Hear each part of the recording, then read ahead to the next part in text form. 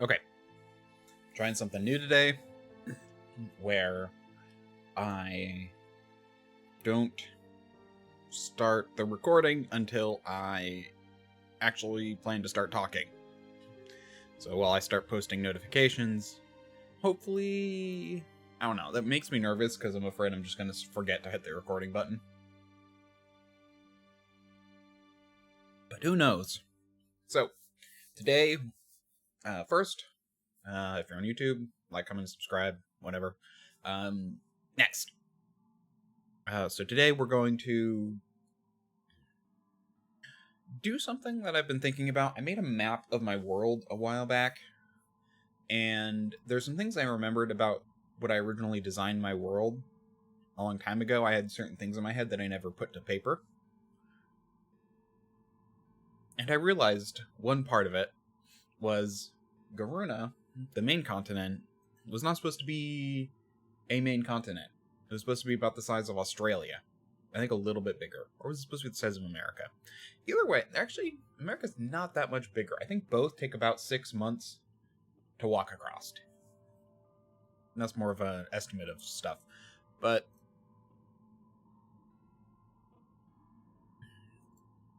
and that's width-wise. But I think America's a little bit bigger top to bottom.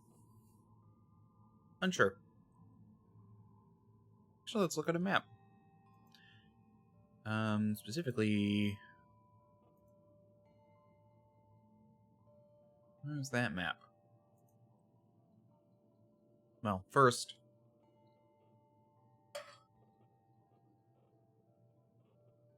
this one.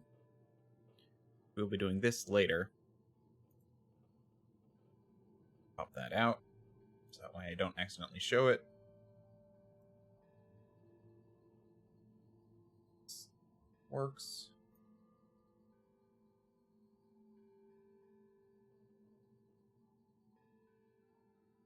There we go. Right size, a little bit bigger. There we go. Okay. Now, I'm going to want to open this guy. No idea what layer this is on. Ah, okay, it is open. And full screen it. Actually, before I do this, I wanted to open this map. It's going to open here, it's going to open here. And I hit the X instead of the plus. I'm a dummy. 1 second.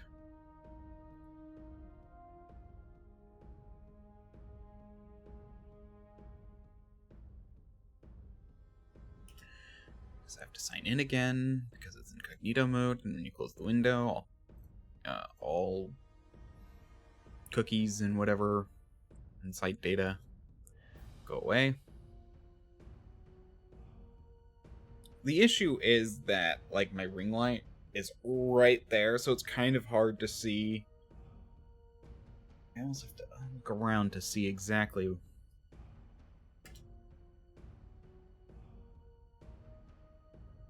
That. Okay, now we can go back to here. Show you guys.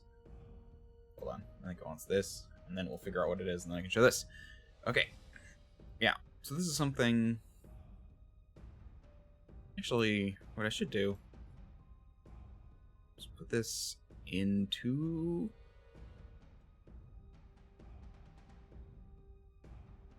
I mean, I could put it into a sprite. That might actually be nice, because then I could like do pixel measurements if I really want to.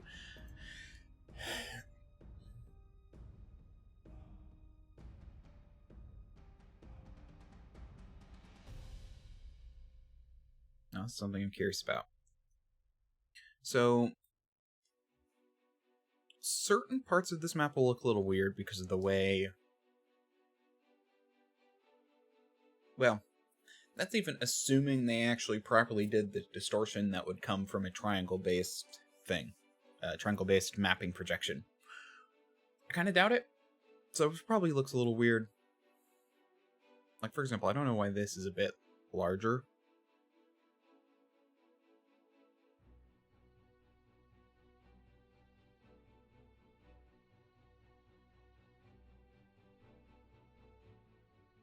Width-wise, America would be about 142. Australia would be about 137. I mean, that's assuming this is remotely correct. But yeah, I remember that thing. So, what I did... Let's go back over to here.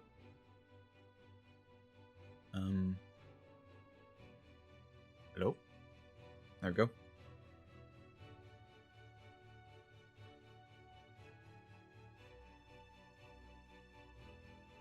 Let's open this map. I made this big.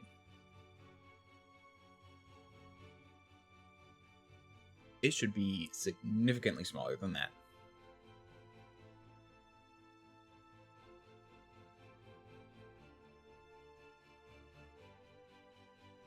Which also doesn't explain the desert. Why does it feel a little laggy to me? Oh well. So let's go terrain. Classic.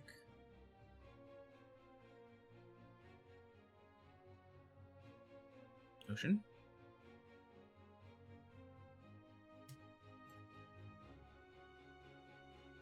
Well, I'll leave that part.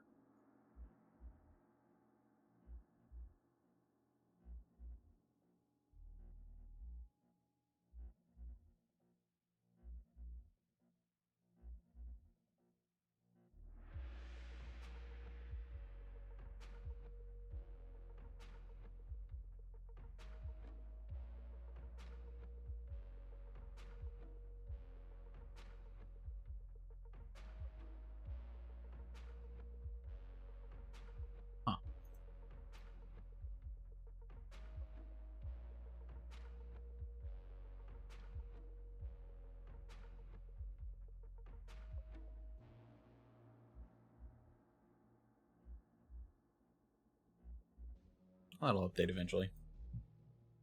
There we go. Of course, there's one missing. I think it's that one. Okay. I know the map doesn't update super frequently.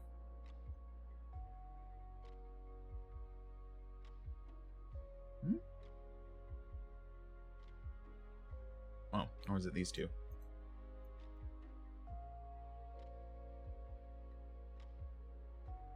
Oh, there we go.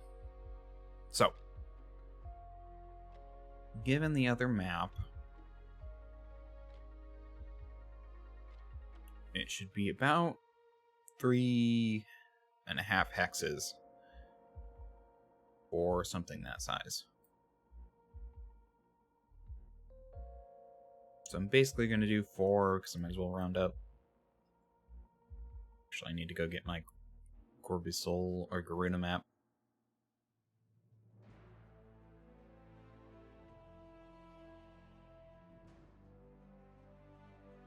Let's see, RPGs, that was tools.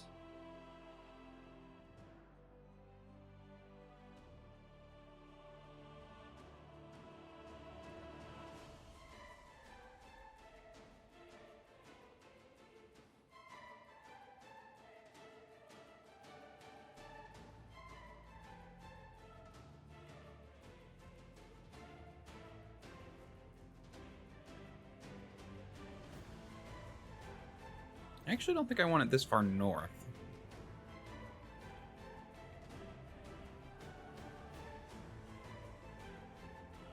Given the fact that in that map I showed of America, America is... Oh, by the way, this is a traveler map of America that I found. I thought to, like, look at that when I remembered, oh yeah, it was that size. My thing's way too big. How big should it be? Because given that you can actually have, in America, snow to desert, lets me know that the idea of Garuna isn't terrible. Although, to be fair, our desert is more of a scrubland desert. I mean, I live in that desert, so it's not like a Sahara desert, but even though in my world it's, well, it's kind of like a Sahara Desert, somewhere between. So it's 1, 2, 3, 4, 5.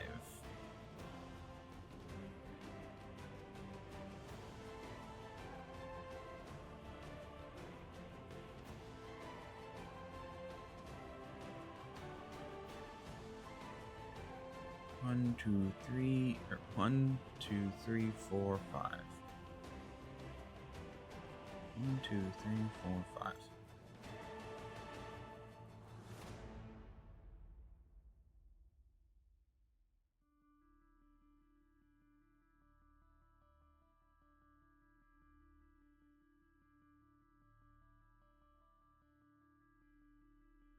How tall was it? Basically 3 tall.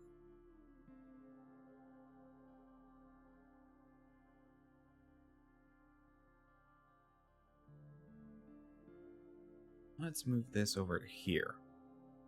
Also, this island was supposed to be smaller than this one, so this one's probably going to reduce to like a single dot.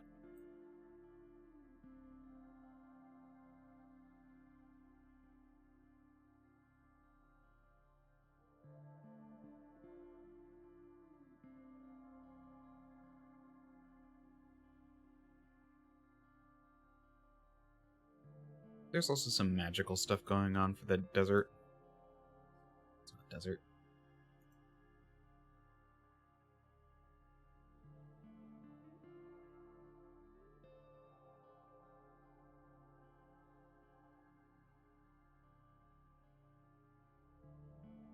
No, not mixed.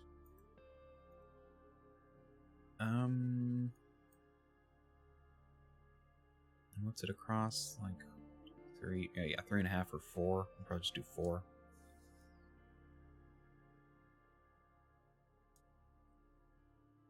There's also kind of a forest over here.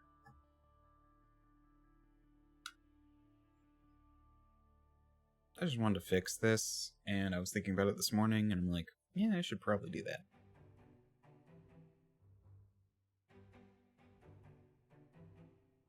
Oh, wait.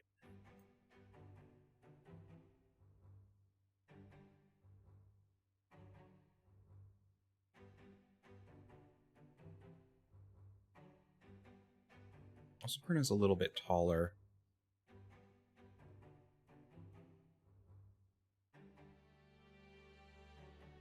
Make it a little bit bigger.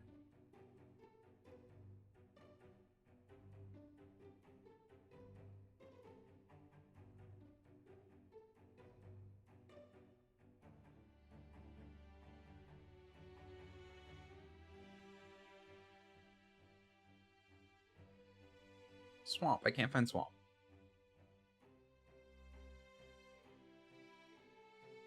There it is.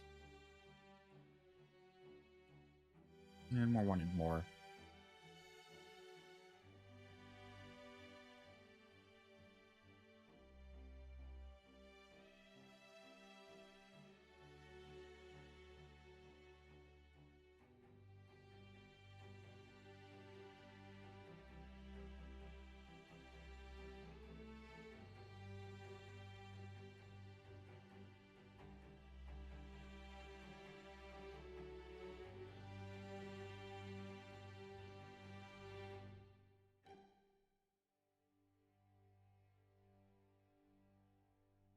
That works.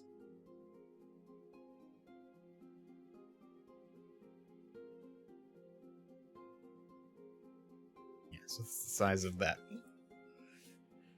Main political power. And you, to be changed to... I'm just going to do it as a forest. Big enough to be represented on a map, not big enough to be anything of import.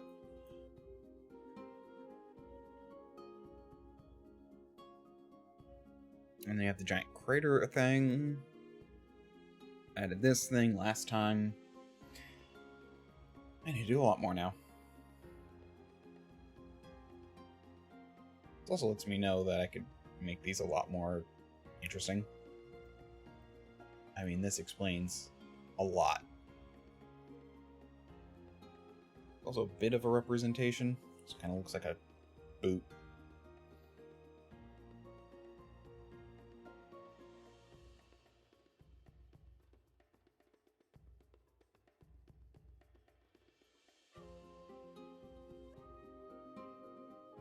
Yeah, I mean, that about shows everything. I mean, looking at it, I really should, if I really wanted to, it should be like this. But I don't know, I think it's nice to show those little bit of other things.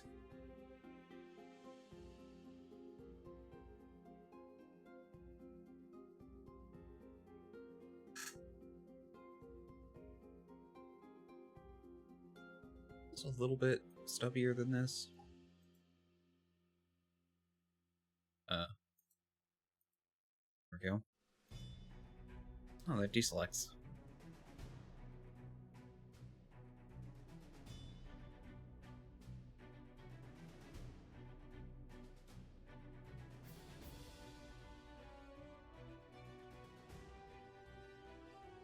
Yeah, it's a little bit better.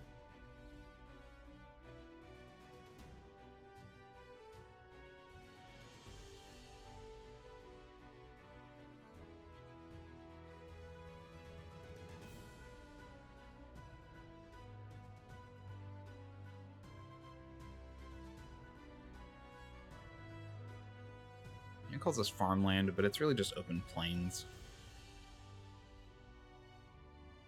Although it is kind of also arable land, but... Maybe I should put this here or here is a question.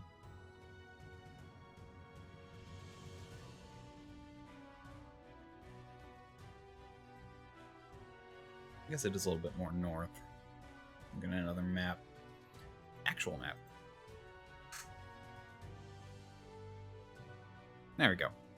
I'll call that good.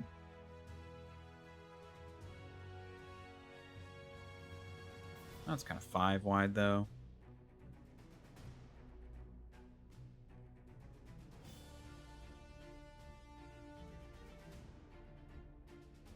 Yeah, I'll go with that. No, but it does have a little point up right there. So might as well.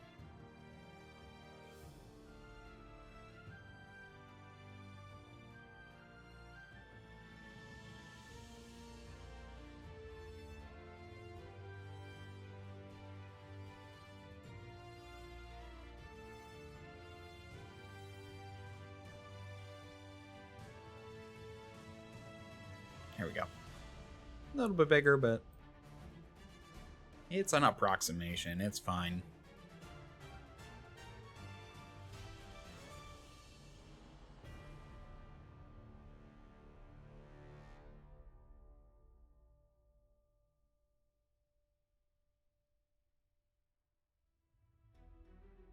So, you should probably add some land.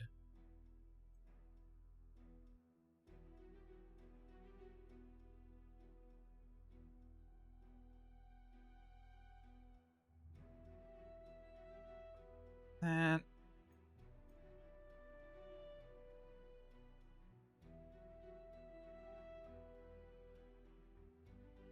The idea of land to the north is kind of neat.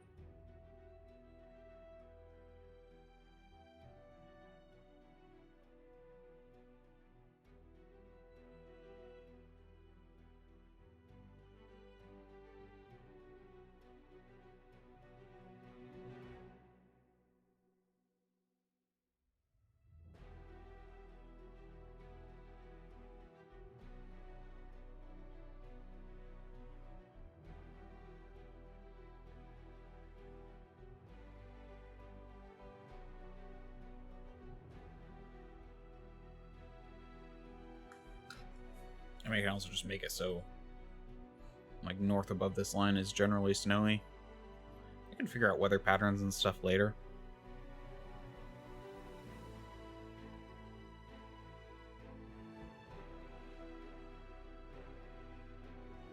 I wonder what having, like, a big divide there would do.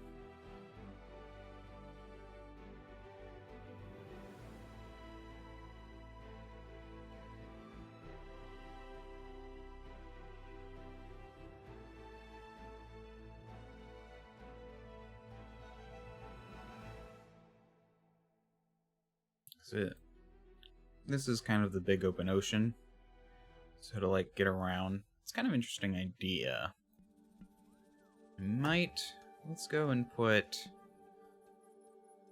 This kind of fits an original, like a bit about the idea. I was originally going to have like something here, but that got mixed up in my brain to this crater thing. Like I knew I wanted a crater thing, but I was expecting something else originally.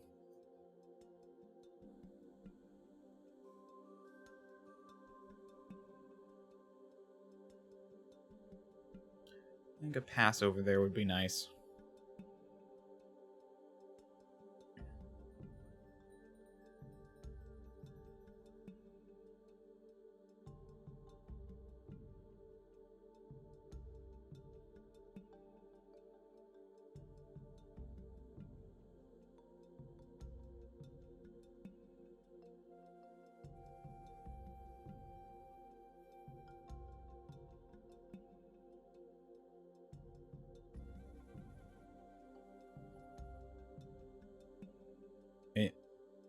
That means that. Okay.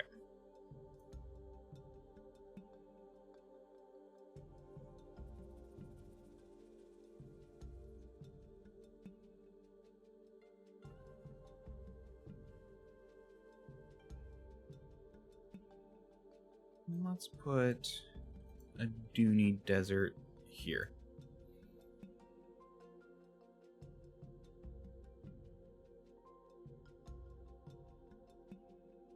Cacti-based desert, actually.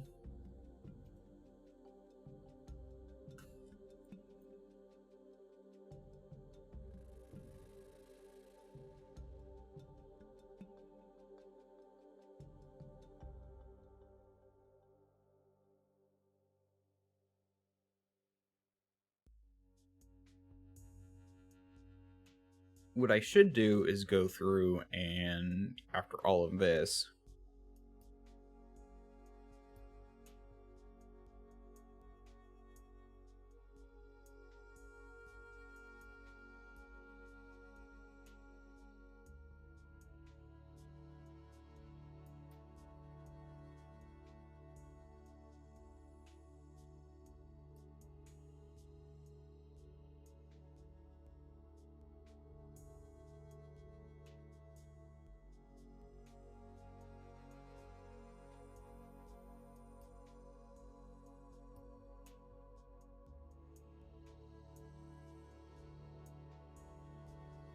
figure out some other things going on around here.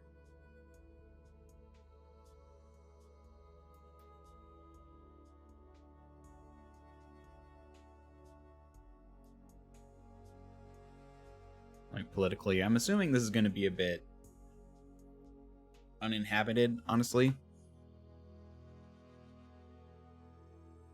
Should draw some lines that kind of fit these connections.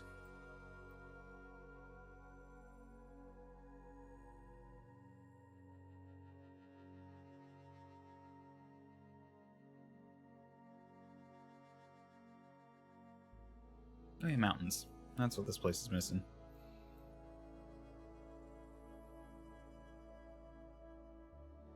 Good dividing mountain there.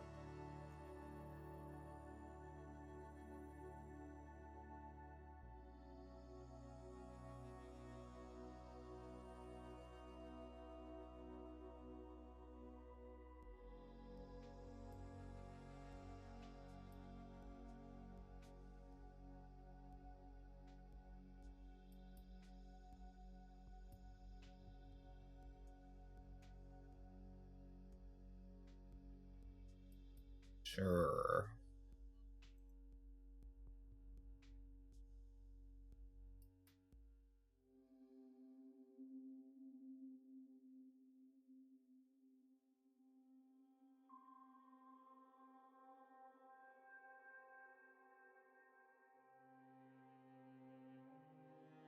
Leave that kind of alright.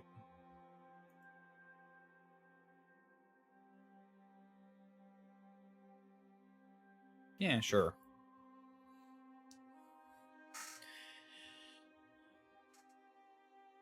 Garuna's probably going to be the most, like, stable, habitable land.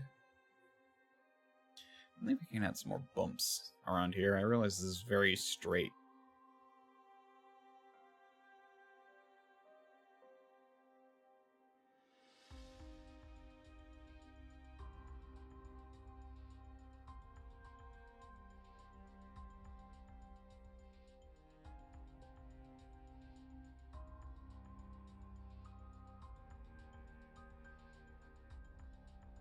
Actually, I want to look at that other map.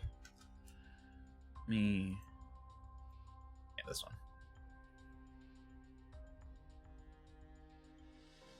The Atlantic Ocean is 1, 2, 3, 4 wide, basically. This being 3. That's still pretty dang far, honestly. For us to not have known about this, and for this to be extremely parallel. The Pacific Ocean is even bigger. It's 1, 2, 3, 4, 5, 6, 7, 8, 9, 10, 11.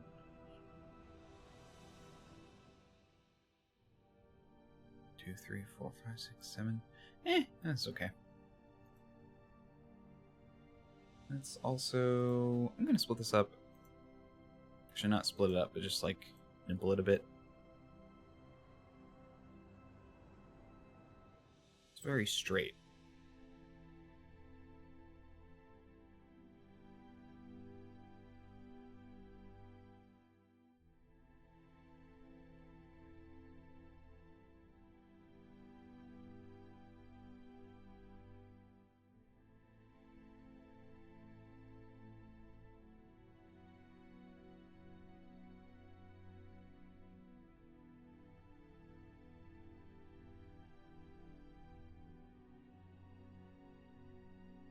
There we go. I'm gonna call that good. That's a good world for now. I'm going to, at some point, figure out a lot of junk about this, but not right now. This is me just fixing a mistake I made about the size of Garuna. Save. And close. Also close you. No.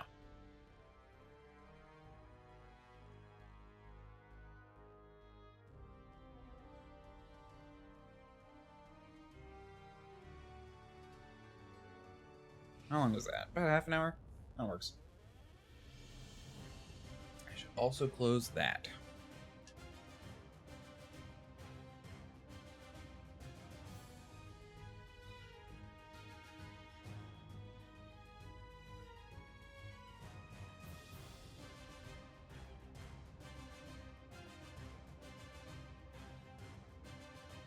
There's some interesting processes that I've picked up at one point about how to, like, determine the tectonic activity of a planet,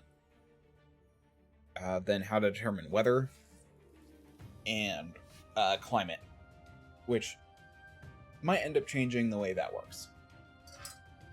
You have some control over it, but basically, like, the way certain currents go depend on, like, what places are humid and not, and then you can use that to determine the kind of biomes you have.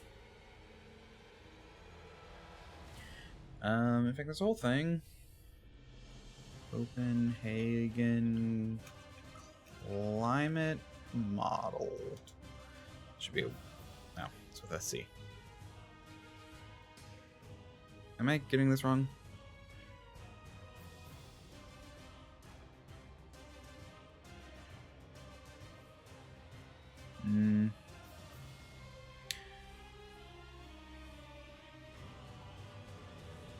Nope.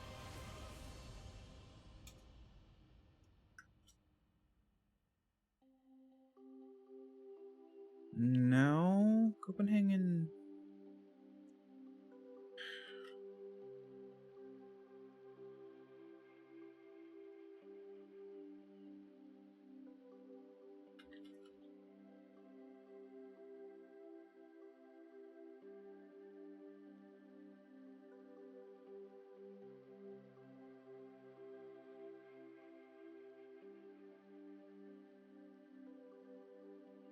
I know the exact article. Climate classification. Classification. Köppen, not Copenhagen. I got the Köppen climate classification, not Copenhagen climate model. That was close. So yeah, you can determine, there's a whole thing about the way these are defined, and they're good examples. I mean, you can see that the blues tend to be around here, also around here. The reds, and oranges, which are like the hotter ones, tend to be around here. We also get some around here, and reasons for that are more about dryness and stuff, and then obviously the cold areas, and then the ice is...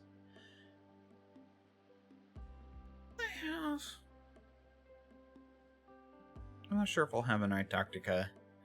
That'll depend. So the thing about Antarctica, it is kind of a special case in that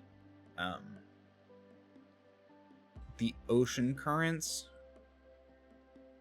because there's an unbroken line right here,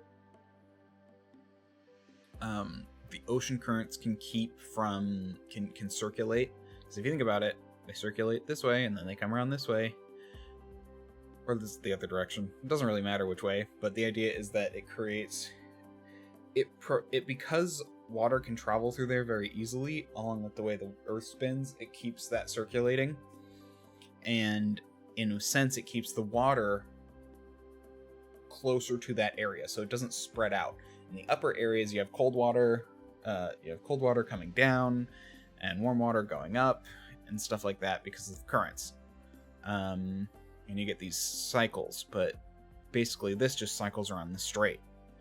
The currents around here, which prevents a lot of the warm water from coming in and cold water from going out, leaving the water very cold and actually allowing Antarctica to be even colder. And that's why Antarctica, which is not this big, I mean, the way maps are, and that's why it's like America usually looks a bit bigger than Australia, but they're much closer to the same size than people think. Because basically because of the way maps work. Australia, I keep using my hand. Oh, that's showing, covering. Where's... Yeah. Australia is a bit higher up than America, and so America, in the way the map works, it spreads itself out more. Ooh, I can zoom in good.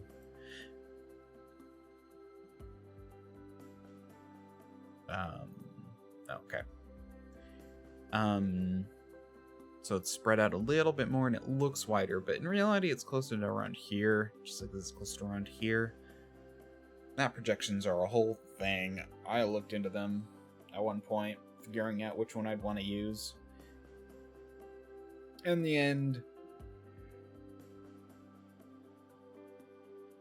the triangle one is probably the worst for any kind of scientific purpose, but in my opinion, it actually makes the most sense. Because each big triangle, you got the map, so it kind of scrunches things near the edges, spans things in the centers, and really crunches things near the corners. Reverse that. It crunches things in the center, and then spreads things out at the corners, and this kind of in between the edges. And the reason for that is because of, well, it depends on how you do the projection. You can actually make either the centers accurate or the edges or the corners accurate. But you have to basically pick something, and the rest is distorted.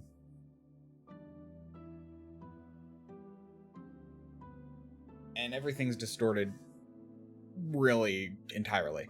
But I think it breeds the best mixture of travel distance and understanding what's going on. I think this is better for just knowing the layout of the world. But that's why I like the triangle one that you saw me working with for games, because the hexes are good enough.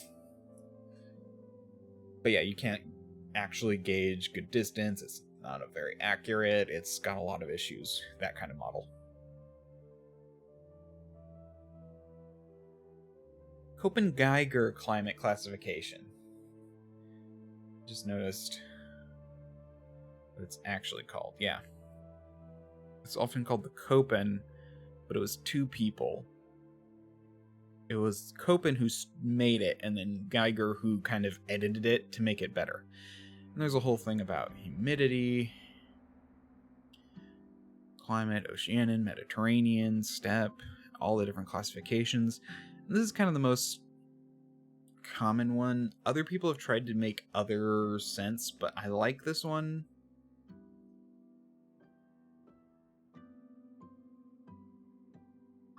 Yeah, like here's another one. This Holdridge climate zones, which is a bit of precipitation, evaporation, and humidity. It's, the other one is temperature versus humidity. And then it also separates it into summer and winter.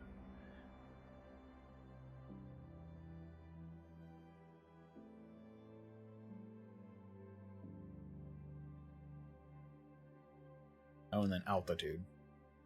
Latitude, altitude. Yeah, so this one's kind of crazy.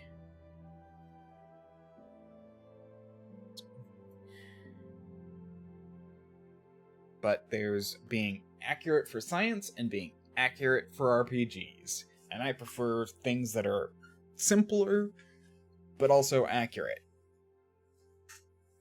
But I have a clear idea of what I kind of want continents to look like, and so I can do the rest from there.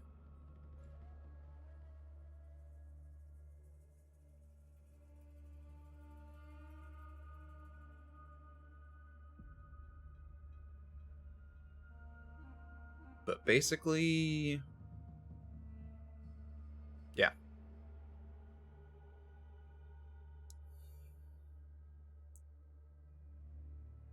Okay, let's go back to here.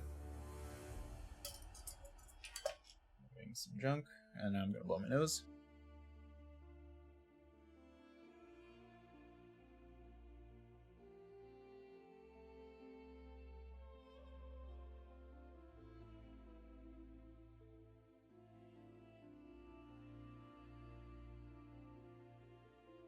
Ugh. The weather has gotten hot here again.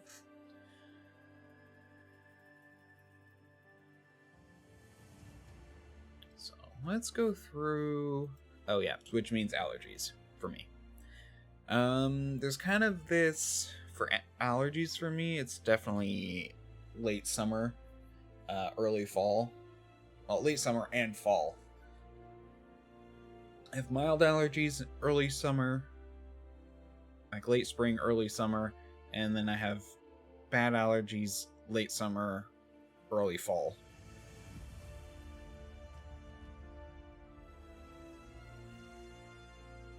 In part because dust is my biggest allergy, and that is based on temperature, almost entirely.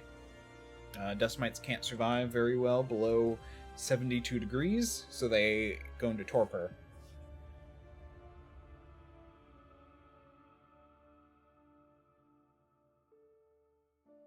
Subscription sets. What are these? Oh, like stuff I get from some subscriptions?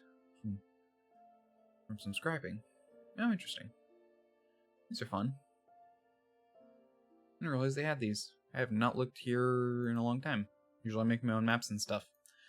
But I'm planning to do some comments, so I wanted to come here to my marketplace purchases. Subscription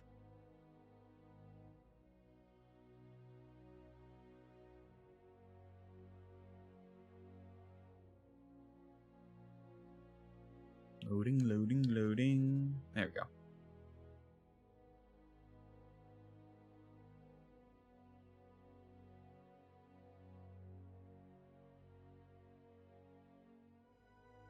You're fun. Let me...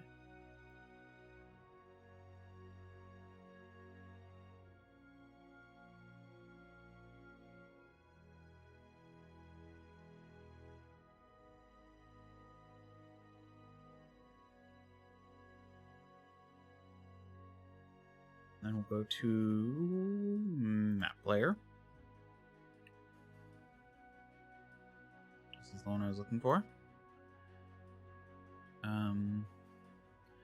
Adjust page size.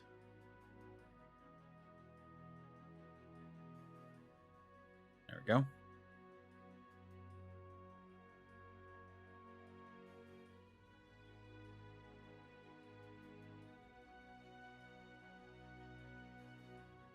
So this has got some interesting elevation stuff. Do I want to do anything with light?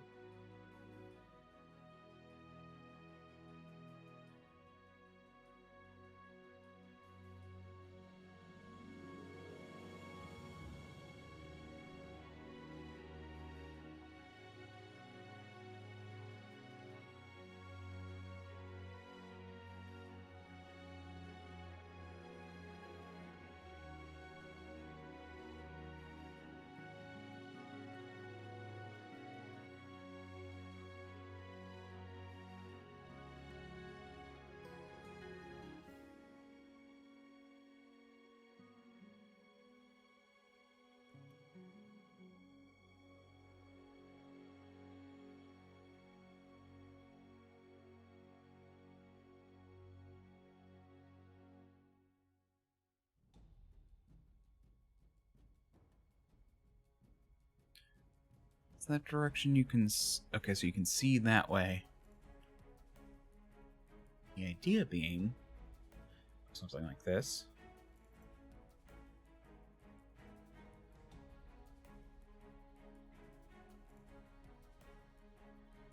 There we go.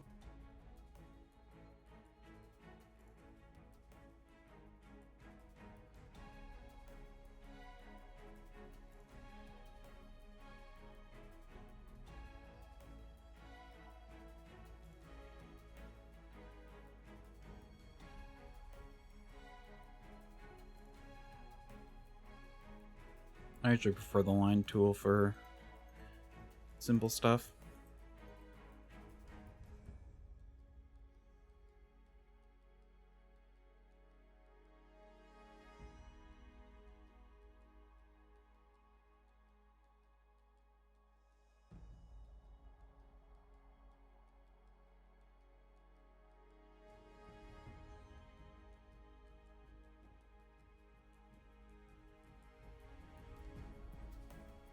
The idea being that you have to...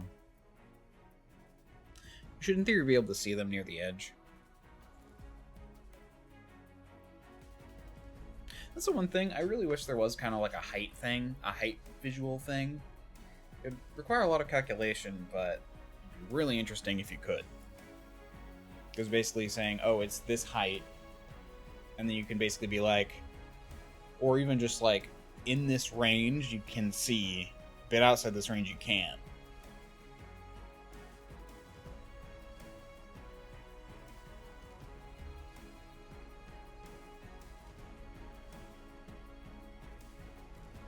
As far as Fog of War goes,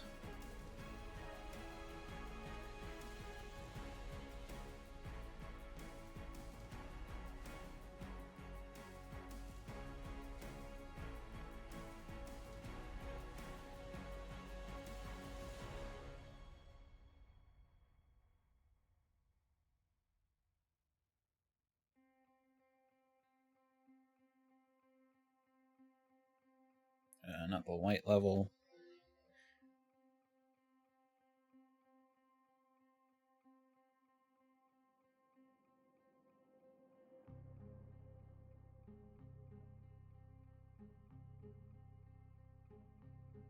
Which does remind me that they all need vision. Oh.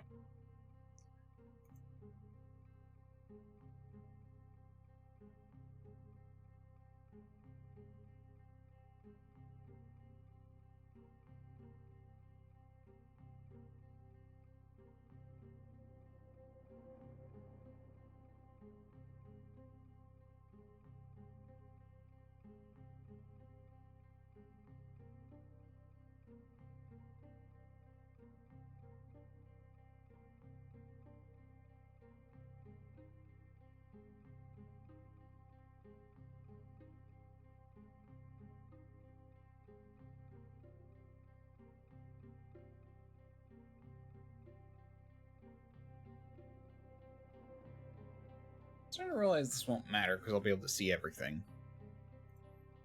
Wait, why is your health so low?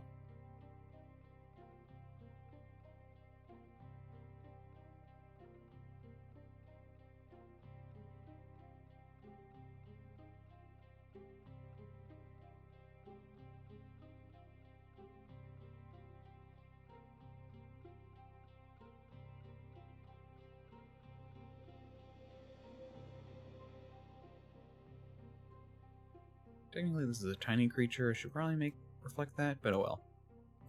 Actually, I will.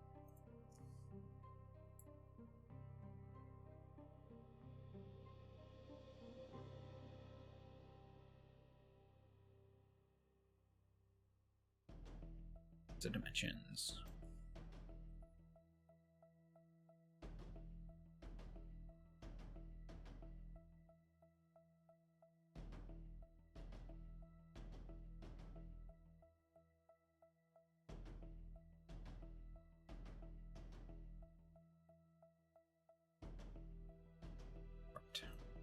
What?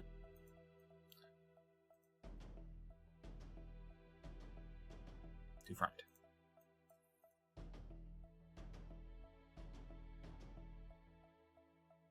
There we go. Team of 4.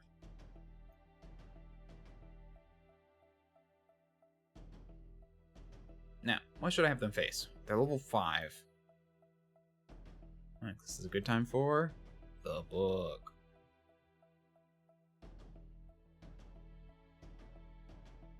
I don't have any books open. Not any open books.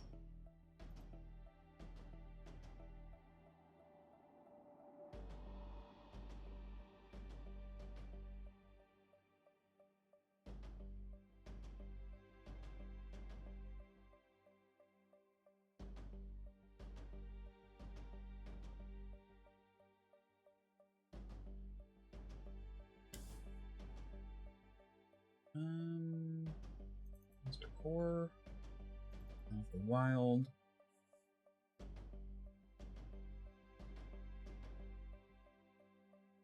There's Book of the Dead. You have a lot of undead creatures. Where do the elements have creatures?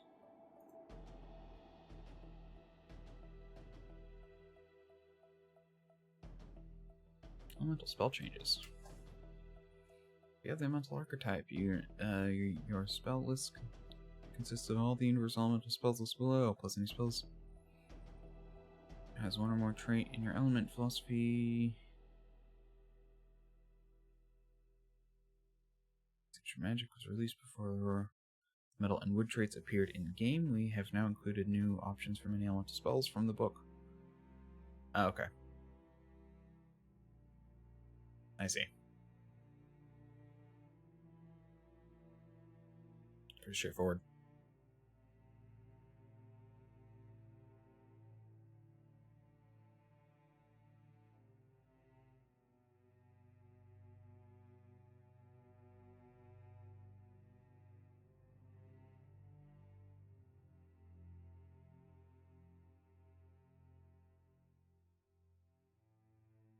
Genie can...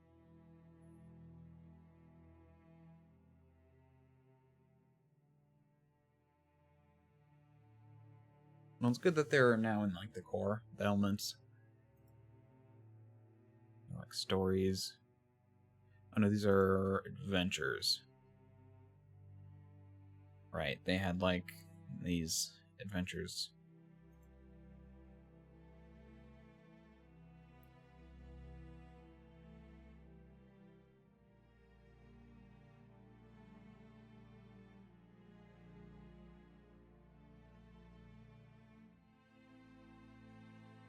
Yeah.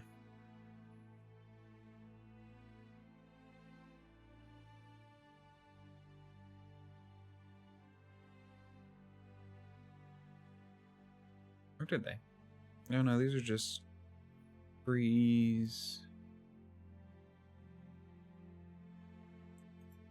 earth, fire,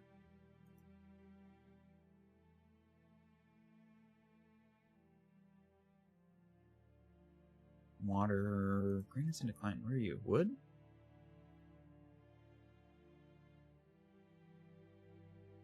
Oh, metal.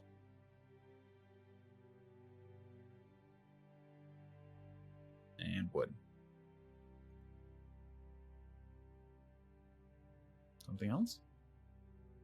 Maybe your wood. Anyway. Doesn't have monsters. So you have a bunch of undead.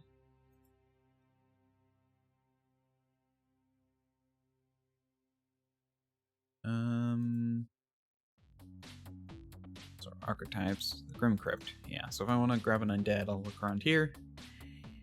Out of the Wild has a bunch of beasts.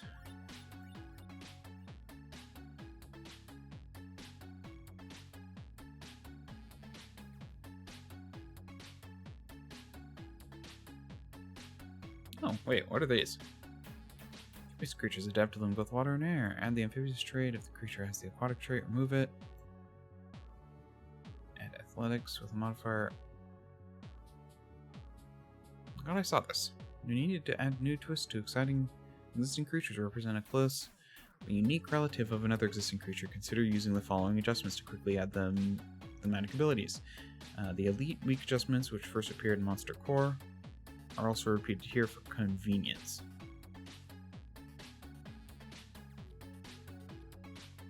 So the adjustments, these creatures are meant to be fast and easy, but not comprehensive. It's best to review whether the adjustments cause unintended consequences. For example, many fire elementals have a weakness to water effects, so applying the amphibious adjustment to them would require adjusting their other abilities even further. On the other hand, the winged adjustment could cause a creature with powerful ranged attack to become quite problematic. Frostbound miniature. Each one of them is its kind, often small enough to fit in the palm of your hand. Reduce creature size to tiny, reduce the reach. Reduce the reach of the creature's lowest reach melee strike to 0 if it has melee streaks with notable reach, often a tail, tentacle, or similar appendage. Reduce the reach of these strikes to 5 feet. Stealth, abilities. Sandbound, twinned. Grown a second head. Winged. Neat.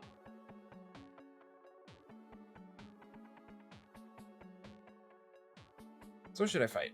Technically, that landscape is like a hellscape, so I could try and look for...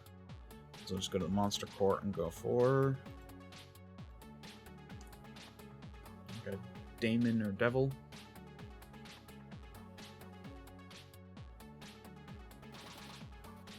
A daemon, demon, or a devil.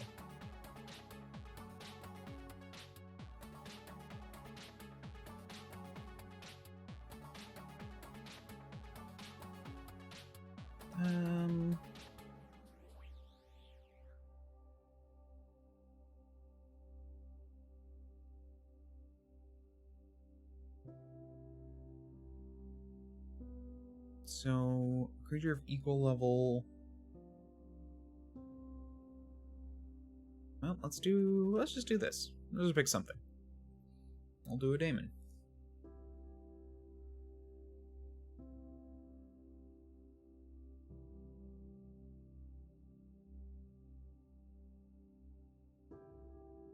That's not what I want. Yes, it is. No, it's not. I want the companion.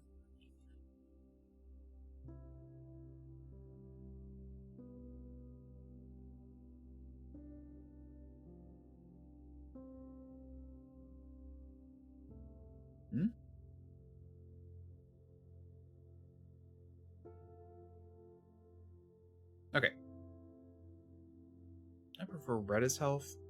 What is red supposed to be? Perception?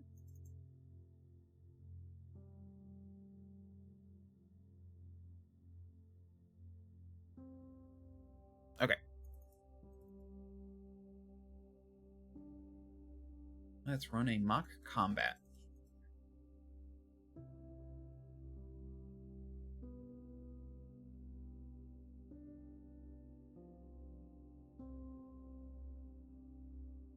We'll have them starting down here on this path. and you'll be up here.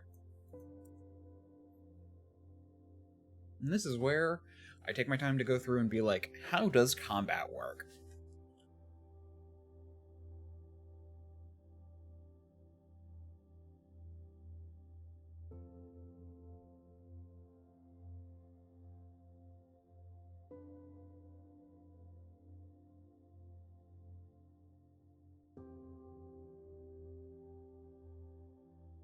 Let me look up.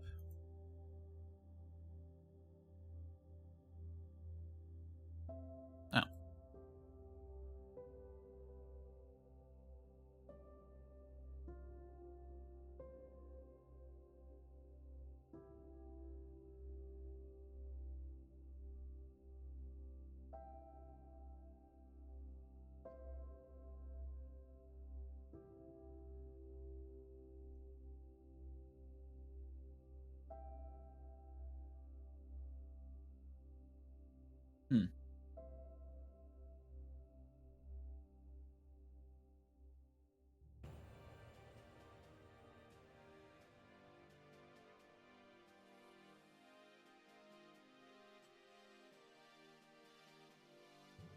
Let me double check something.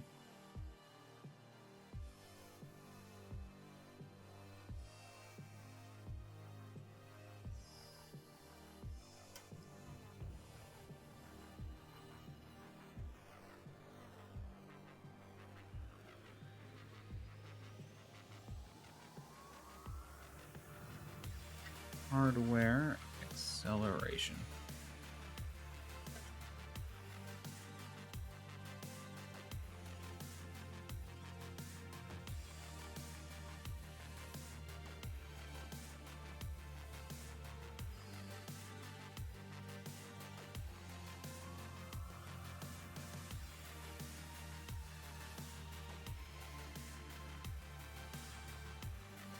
Use graphics acceleration when available is turned on.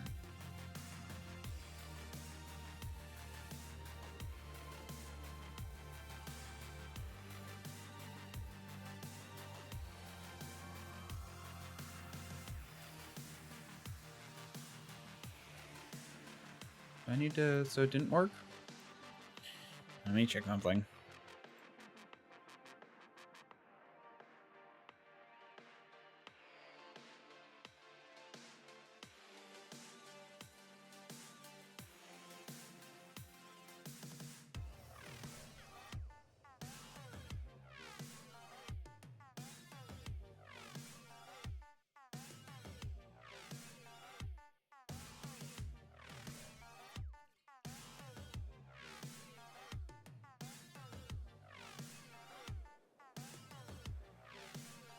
Okay, now it seems to be working.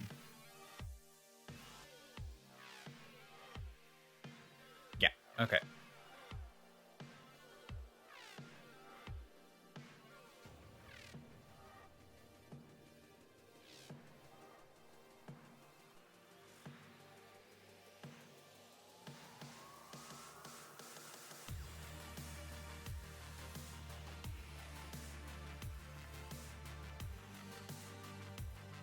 There we go. Let's go to dynamic lighting and see why these aren't working.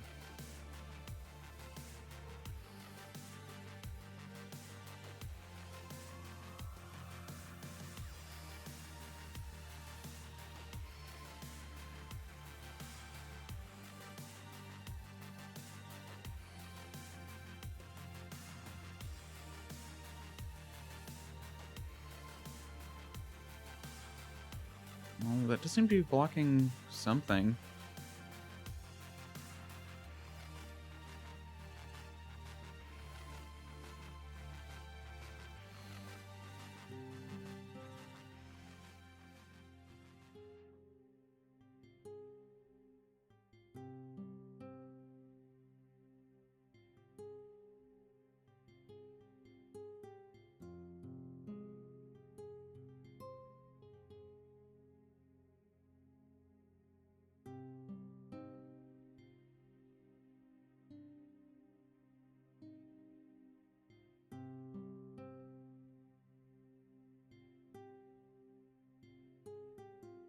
not like you have sight, do you?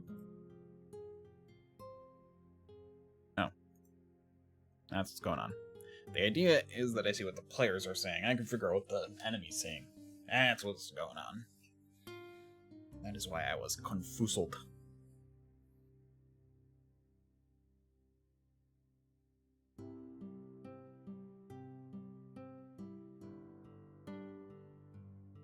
So let's bring up all their sheets.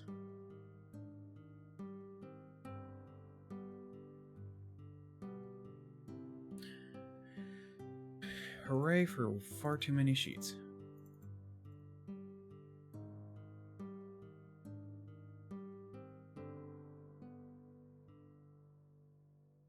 There are a few things to learn here. One is what abilities are important.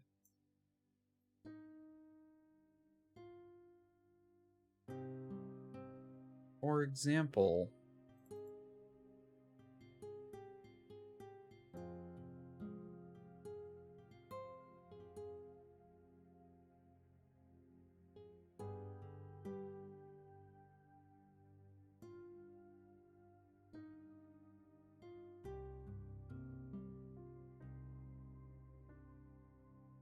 I should probably make it so strikes, so like strike 1, strike 2, strike 3, and strike 4, which basically just do the repeating 1, 2, 3, 4 strikes are on a token when I click. Which would be...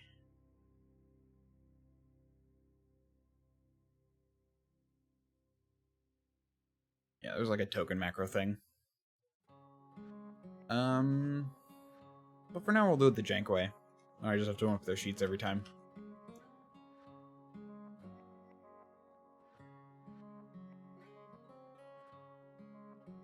So,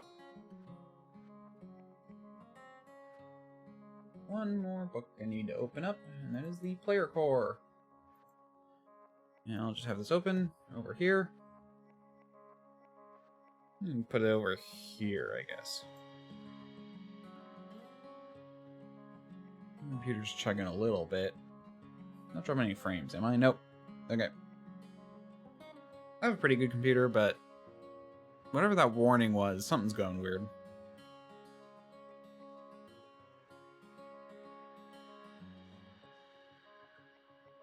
So,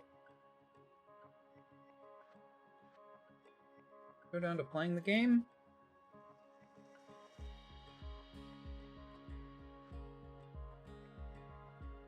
And we'll go to...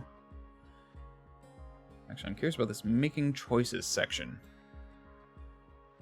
About the game, the GM describes what's happening. No immediate risk or consequence if you're traveling along a forest path. Which way do you go? We'll likely talk about what types of content you want. Yeah. So we're going to start in encounter mode, because they're technically walking along.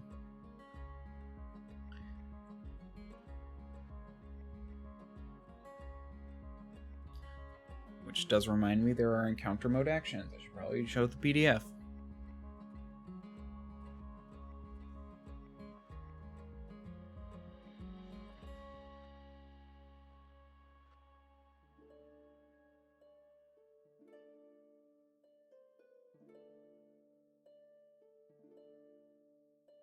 So, I think everyone has a 25-foot speed. Let me check.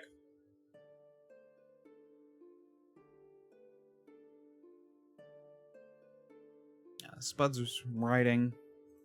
In fact, I want to check out...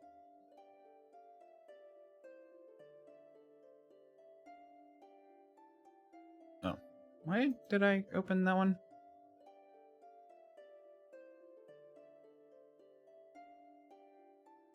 Nort.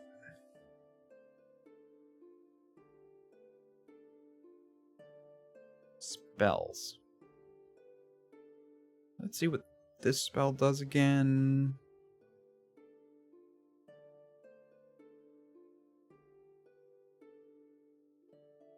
Where was it? Pet cache.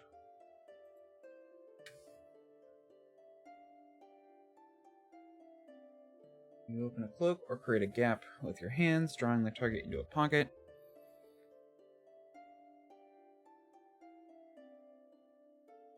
The dimension is large enough for the basic comfort. No other creature can enter this dimensional space. Reminds me, I should be showing this now. I'll try and remember to keep that to the side. Open your cloak and create a gap.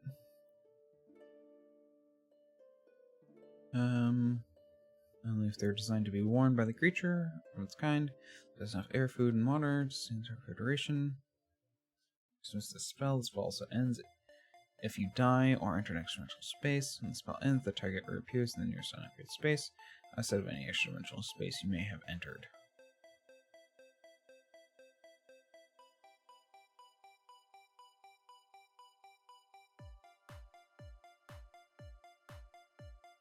Something like that kind of thing where it's like, this is so... Why did I put that on the list? Anyway. I do need to prepare spells, which is something I realized. Having no idea what's going into things. Let's do... Detect Magic. So I can prepare 5. Frostbite.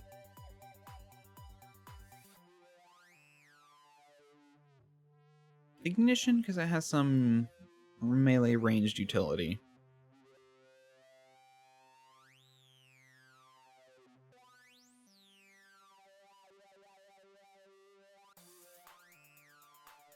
Tanglevine. I think that one was...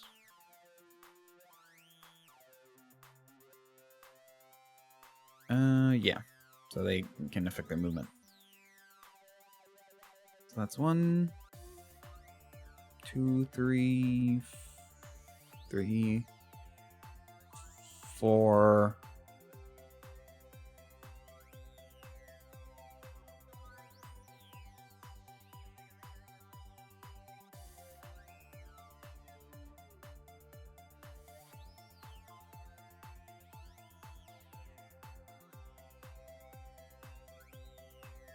We'll do stabilize. That's 5. Let's prepare 2 heals. A summon.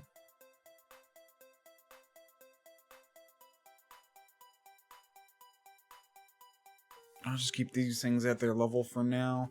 In theory, all of these should have higher level versions, because...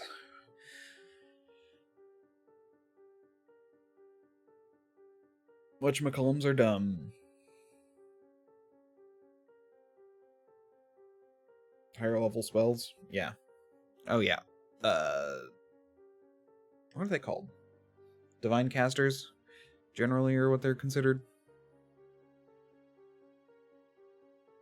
Those are my 3 first level spells. Now we need 3 second level spells.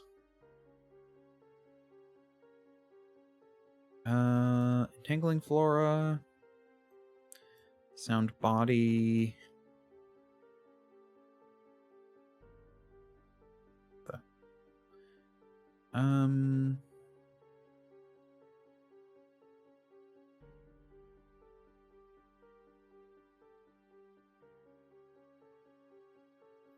Dispel Magic.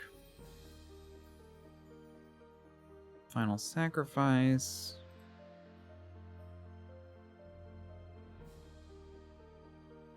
Lightning Bolt.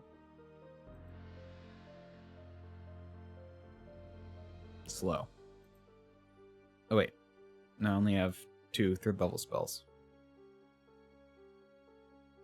Oh wait, Final Sacrifice is a 2nd level spell. Then we'll do slow, yeah. Okay, those are your spells. Thankfully, the other one is a sorcerer who can has access to all their spells, so I don't have to worry about this.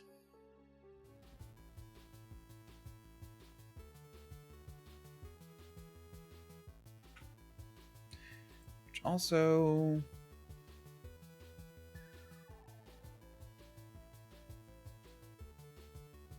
I realized something about this. a while back.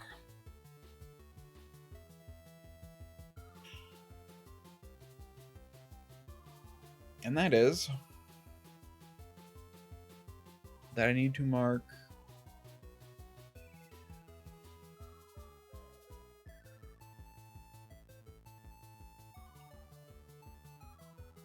all the spells as trained, because previously they had multiple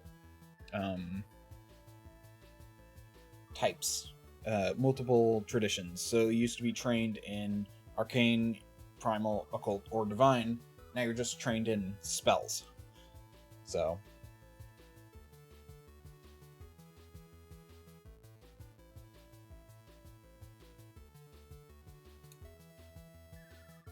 you will be using the raise shield action as you walk first.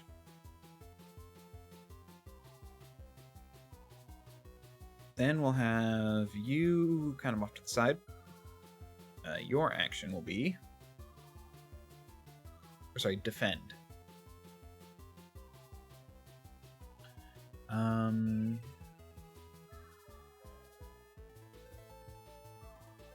Detect magic will be on Slink. Or no, sorry, Druid. Will be second. Will be there. So we'll do a formation like this.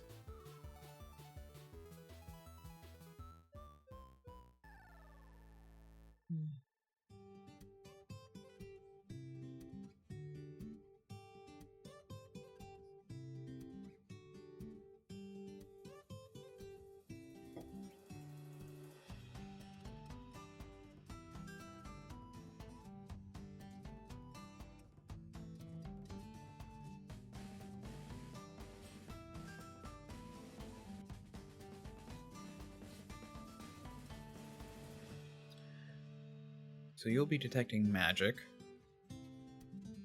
with cast a spell. Or wait, or was detect magic its own thing? Oh, detect magic. You cast detect magic at regular intervals.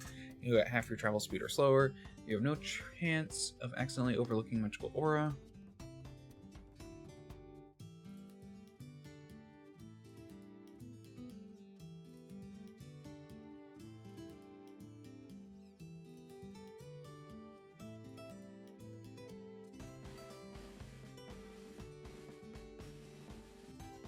And then you will be...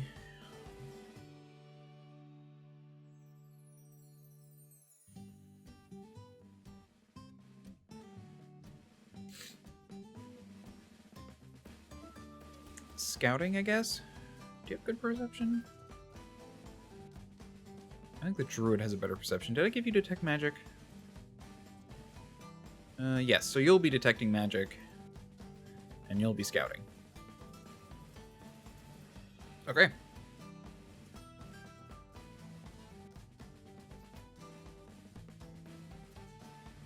They'll be hiding behind a pillar. Chilling behind a pillar, I guess. Okay.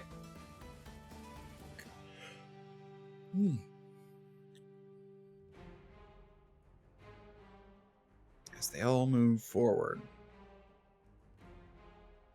No. This way. Oh wait, what will Sandra be doing?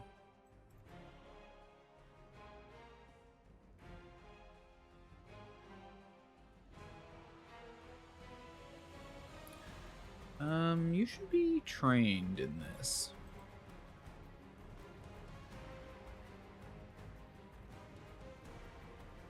Hold on, I need to open up Player Core 2 to make sure that she's not higher. I don't think she is, but...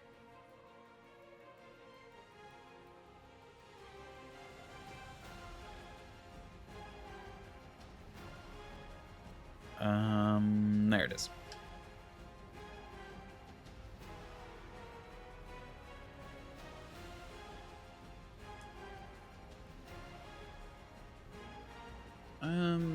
Nope.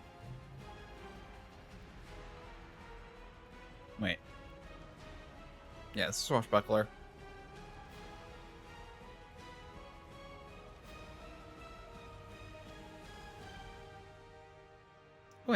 Did I add weapon expertise?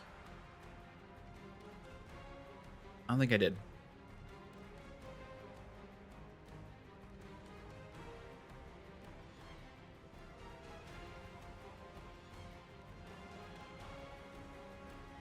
Yeah, you should be expert.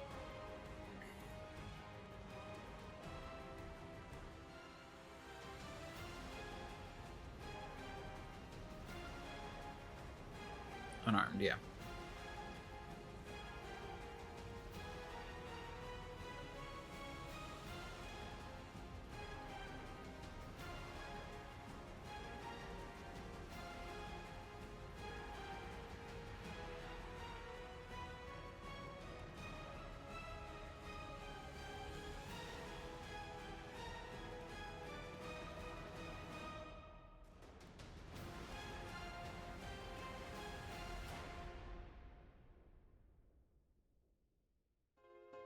Where's the spot where you make... Oh, yeah.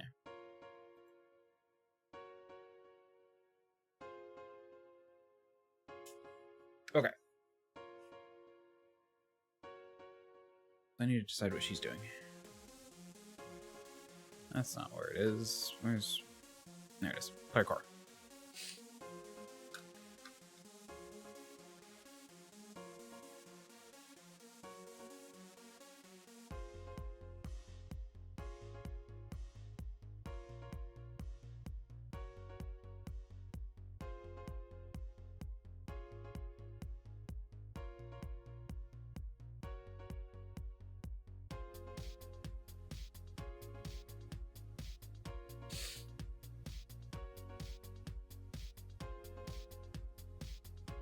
Other things.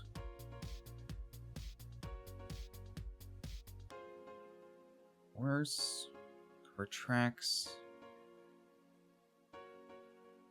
Identify alchemy. Identify magic. Impersonate. Learn a spell. Make an impression. Repair. Sense direction. Oh wait. I just realized something. Sandra's large.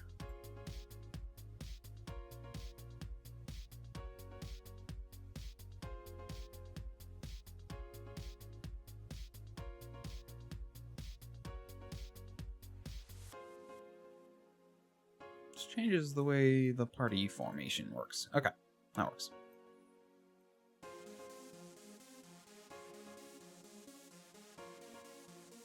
She'll just not be doing anything.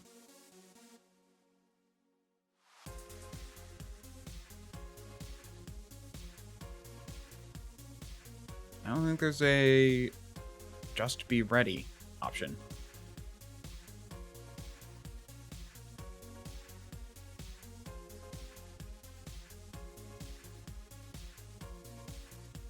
Doesn't have a shield. Can't detect magic.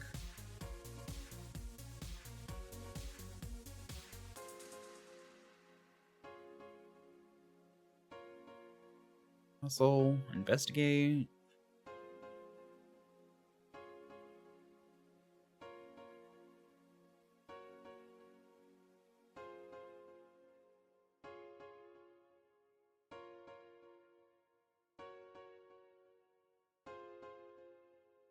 I mean, I guess investigate.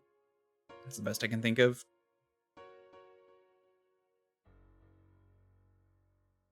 But I guess doing nothing is an option.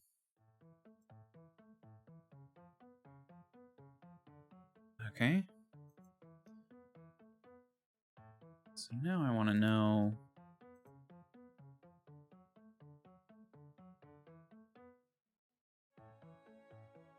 What is your stealth?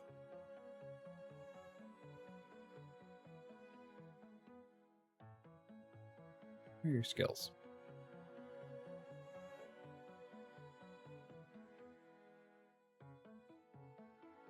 Oh, okay, that's it. You're just describing lore.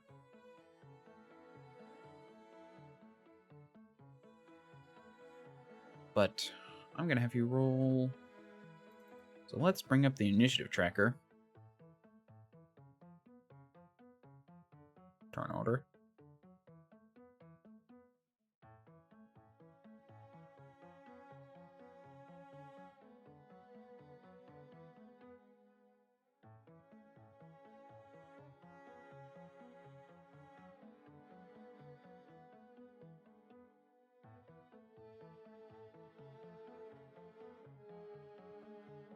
Let's come over here to character. Initiative with perception.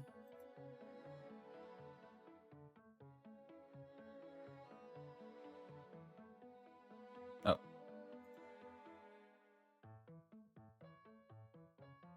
Wait, oh. Yeah, that's wrong. What were they at before? Dang it. I'll just have them reroll.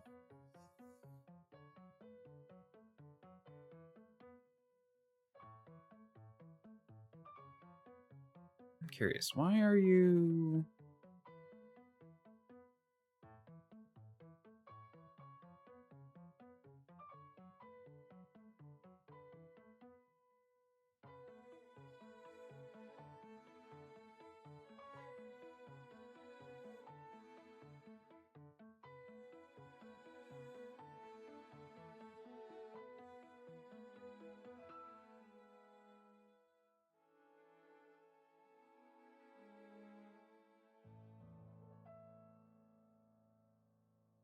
Let's try this again. Yeah. Why does yours say perception 0?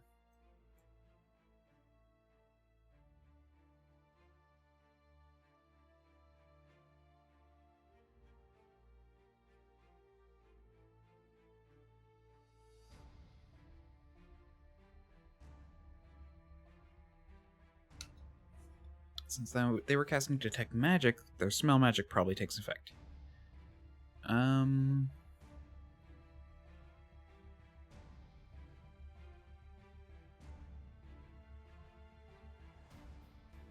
they're more of a spellcaster.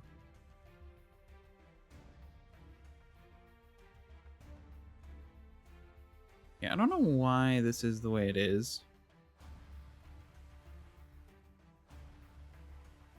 Because this is just taking the roll. Nothing else.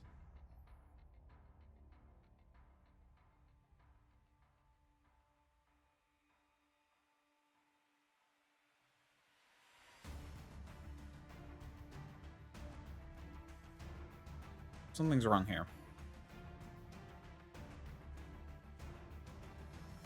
Also, you have more skills than you're showing.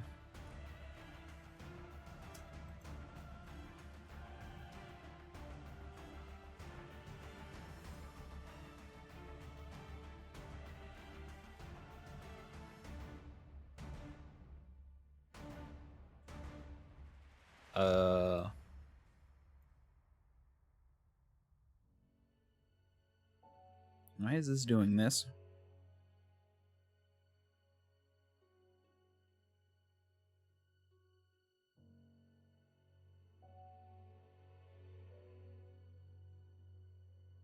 Because this is not there? Just a guess. 22, so that means it's 12. Oops.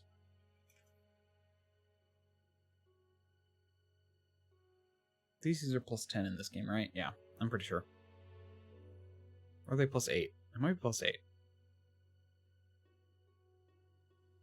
Let me look at someone else.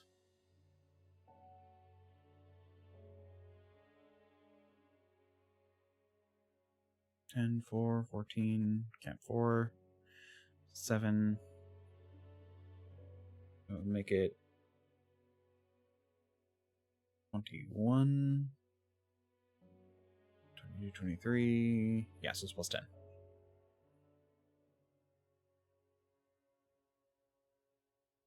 Why is this sheet not working right? Oh, perception. Wait. Oh. Yeah, it was because that was missing. Weird. Never seen that before.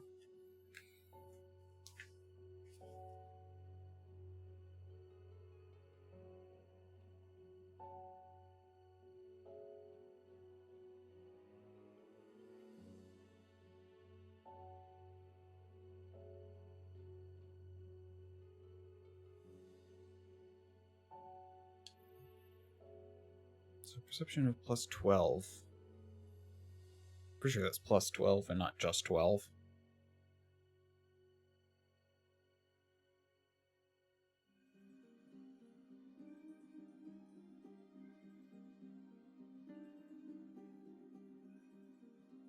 There we go. Okay.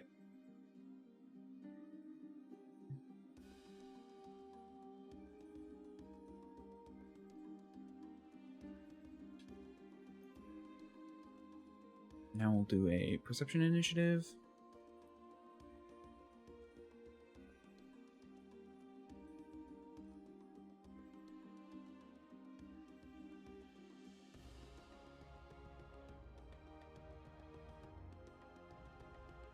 Really? I guess you're only +7.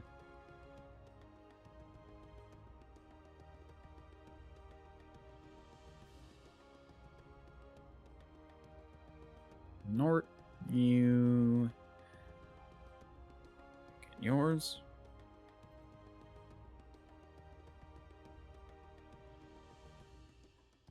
How does... And Slink gets theirs.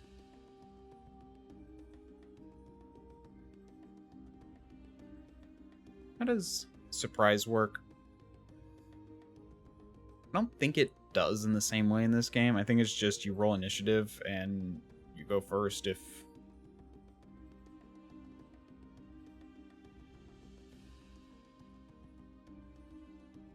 Start your turn. Roll initiative. Structure. When the GM calls for it, you roll initiative. Rolling initiative makes the start of the counter. More often than not, you roll initiative when you enter battle. Typically, you roll perception checks to determine your initiative. The more you are aware of your surroundings, the more quickly you can respond. Sometimes, though, the GM might call on your roll. Before you notice during your expression, you'd roll a stealth check. Official and call for a deception or diplomacy check. In most cases, you can use perception if you prefer. GM rolls initiative for anyone other than the players. If these include a number of item creatures, the GM could roll once for the group or as a whole, or have them each. This can make battles less predictable and more dangerous. So the GM might want to roll initiative for some or all creatures individually, unless it's too much of a burden. And like a check where the result is compared to the DC. For result is tied with an enemy result. The enemy goes first. Interesting. Oh, wait. Yeah, if your result is tied with an enemy's result, the enemy goes first. If your result is tied with another PC's, you can decide between yourselves who goes first. When you reach the place in the initiative order, after that, your place in the initiative orders usually don't change during the encounter.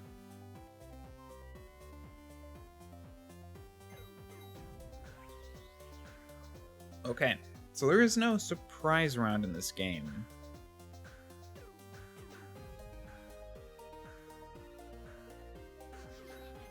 Good to know. So let's sort. What? There we go.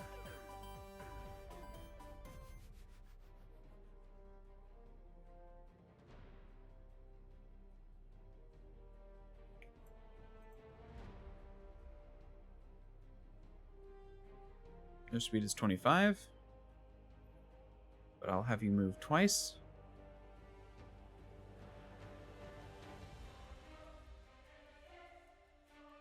On Pathfinder movement, right? Let me just double check this. Yeah.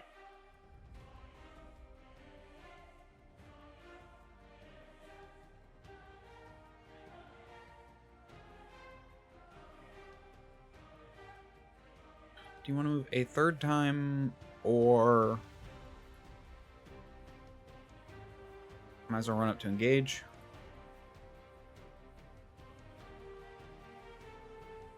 No. I'm gonna stay here and roll and raise shield.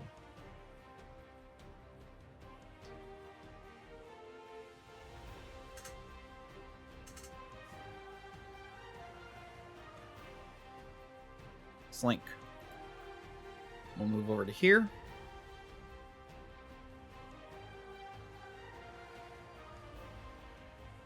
$70. Okay, let's see what I can cast.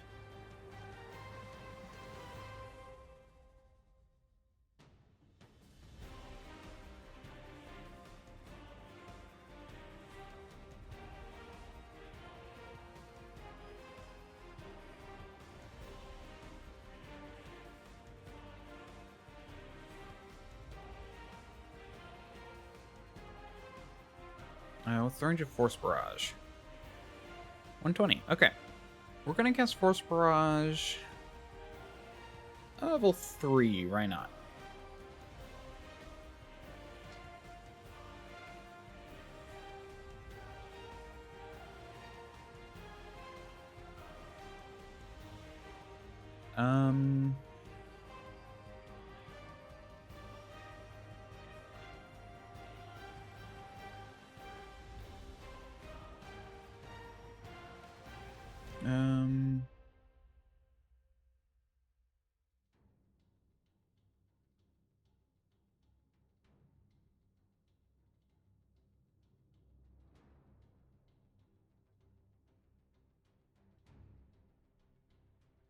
Is there critical damage for this spell?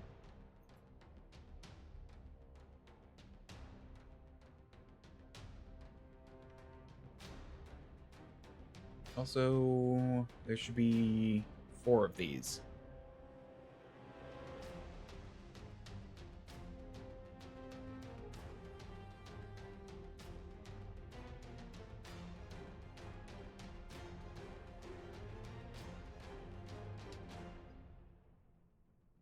For a total of 5, 6, 7,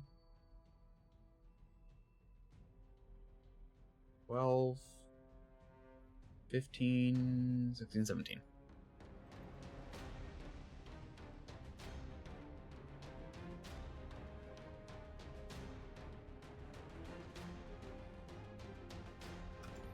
Is that your perception? What is the red thing? Now that it actually has a number, I'm curious. It's what, 21?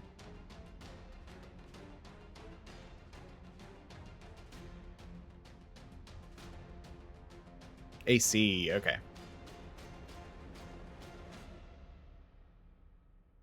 Those automatically hit.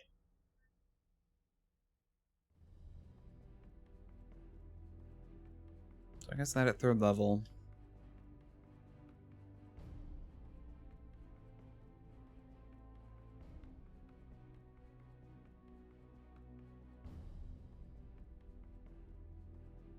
Not bad, I guess. But now it's your turn. Did you have any spells? I probably should have rolled to see if you saw them coming or something. And again, I said they had detect magic, so maybe I should have...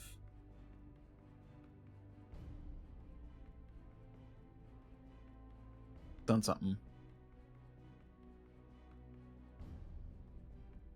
Oh yeah, they have invisibility.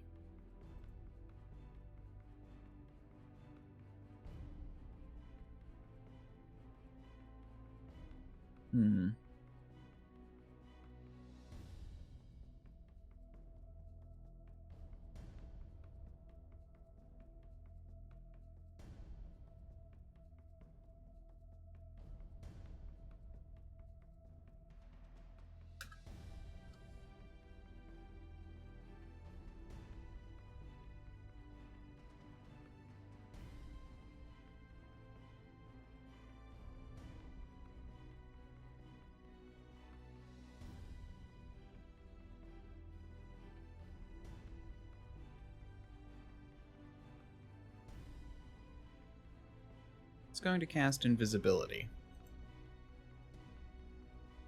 Just 2 actions.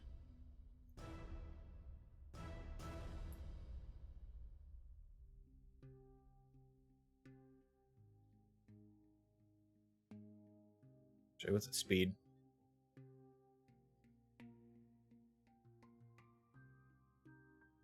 $25.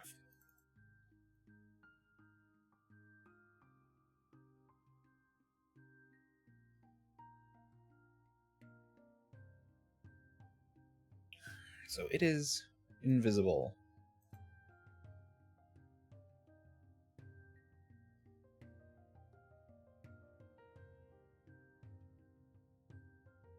Sure.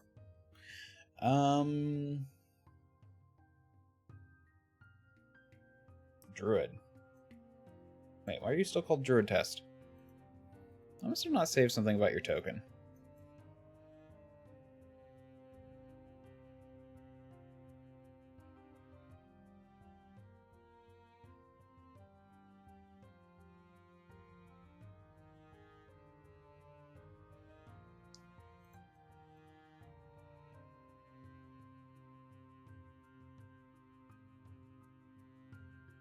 Why does that happen sometimes?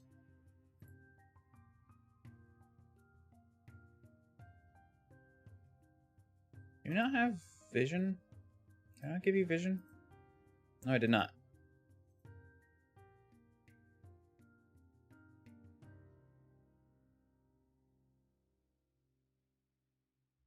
So you move up, knowing that they couldn't have gone far.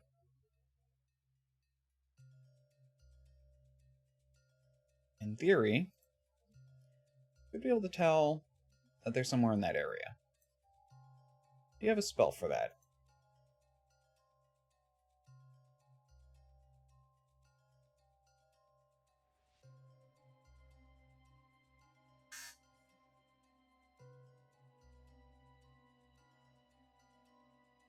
And this is why I'm doing this, is because, like, I want to learn the game so I can advise players when I eventually, run the game.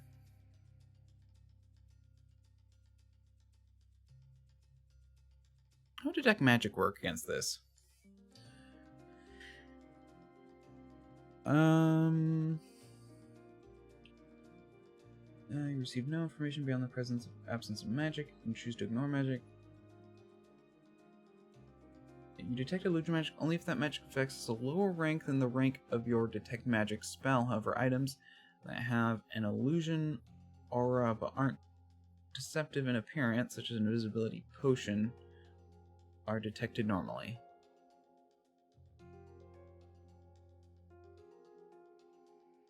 So technically...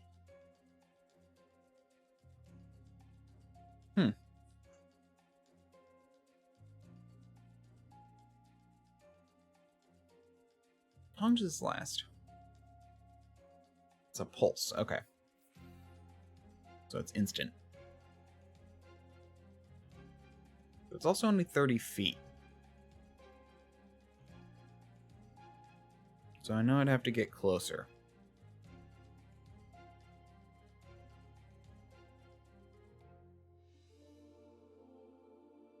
Which I can't do, and... Okay. I see this now. So it's actually not amazing for detecting invisibility. What level spell is invisibility?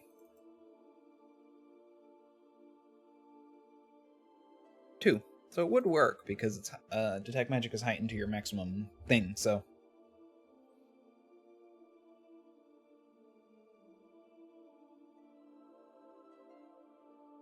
How does searching work? Time to read book. Perception and detection.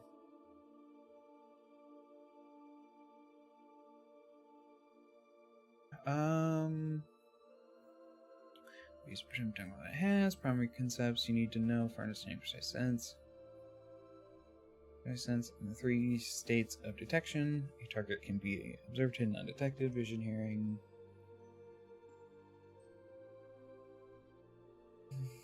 Precise sense. Average vision is a precise sense.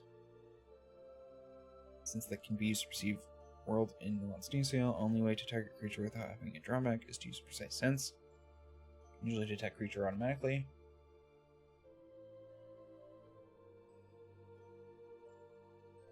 Precise sense unless the creature is hiding or obscured by environment. Seek basic action to better detect the creature. Cool. Let's go to actions. Basic actions. Seek.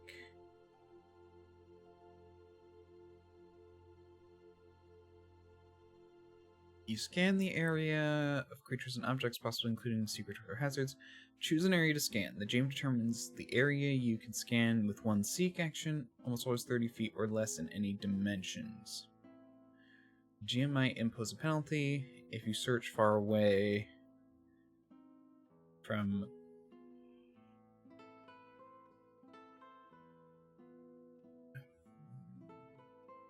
GM attempts a single secret perception check for you and compare the results to the stealth DC of any undetected or hidden creatures in the area.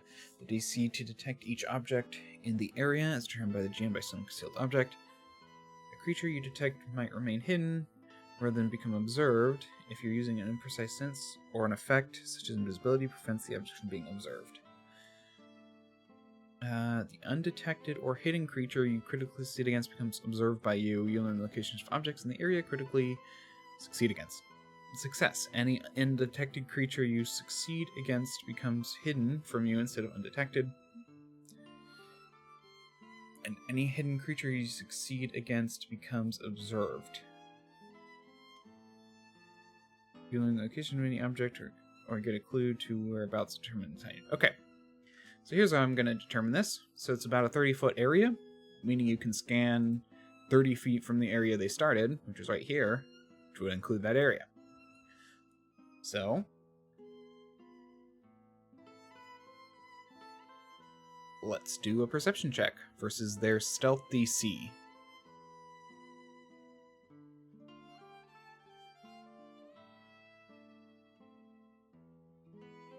You actually don't have stealth, so your stealth DC is basically dex. So 14 would be the 14.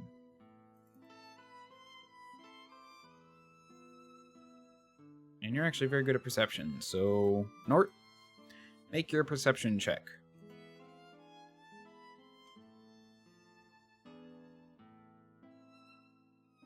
"28.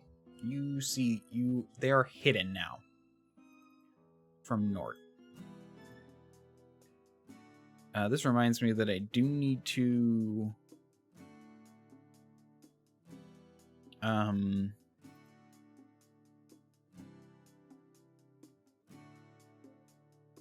sure. So hidden is different than undetected. Let's go to conditions.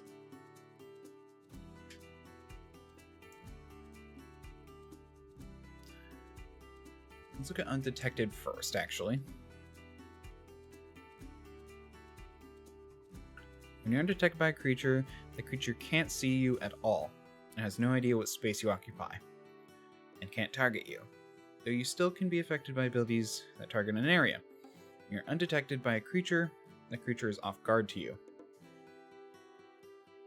The creature you're undetected by can guess which square you're trying to target, must pick a square and attempt an attack. A flat check and attack roll are rolled in secret by the GM.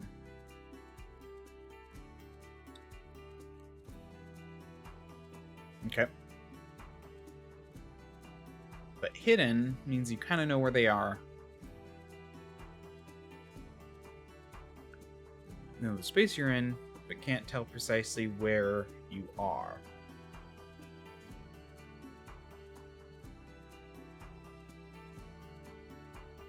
When seeking a creature using only imprecise sense, remains hidden. Creature you...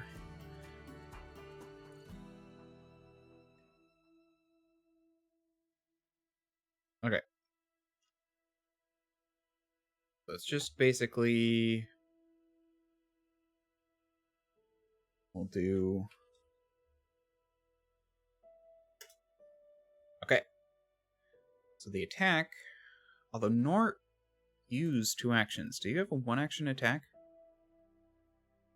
Are there 1-action spells that are offensive?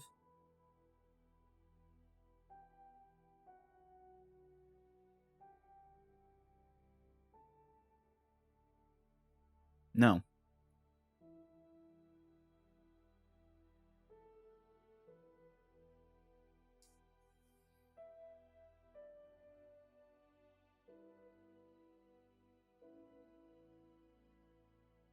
So, can't attack. Is there a way to point out?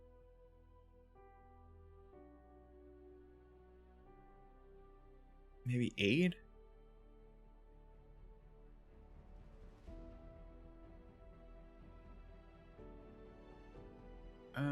Use action must first help. Explain the GM exactly.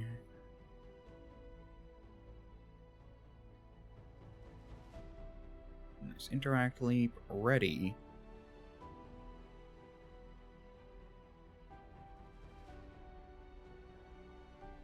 Actually, that'd be critical success.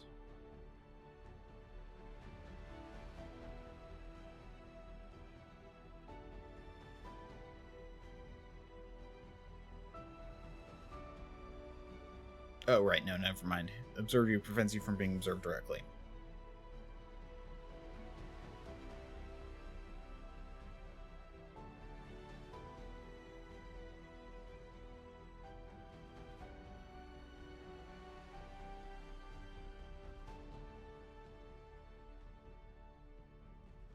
Oh, point out. Undetected by one or more allies, but isn't undetected by you. You indicate a creature that you can see to one or more allies, gesturing in direction describing the distance verbally. The creature is hidden to your allies rather than undetected. This works for allies who can see you and are in a position where they could potentially detect the target. If your allies can't hear or understand you, they must succeed a perception check against the creature's stealth, or they must understand the target is in a different location. Got it. So then the last action is going to be to point out. So they know the square, but it's still undetected by people. You might be able to see... We'll see.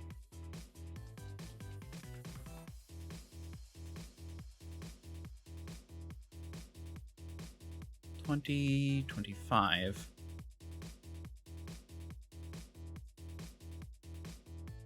$50. I didn't give you a charge ability, did I? Let's go to 50 for now and look at your abilities.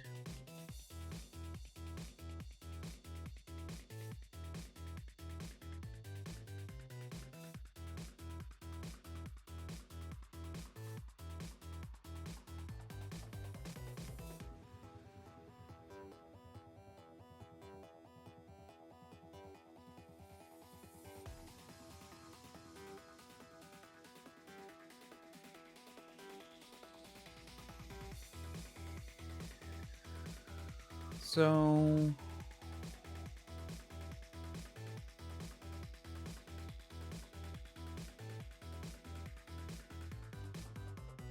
yeah, it might be worth you just moving up.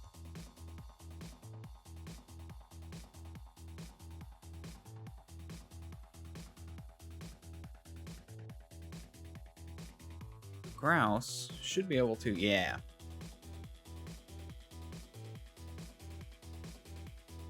And Grouse has an aura. What is that aura range? I should put that on the sheet.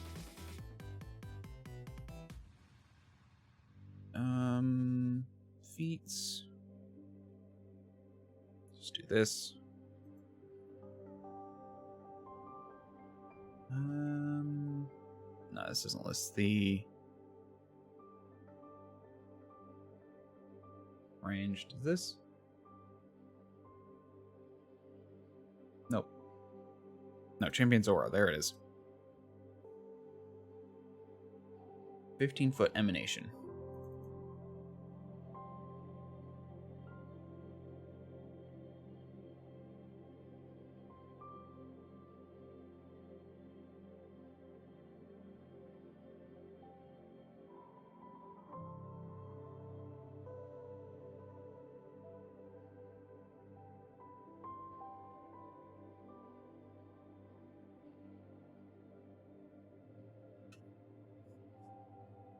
So that's just a thing. You don't have to turn that on, do you?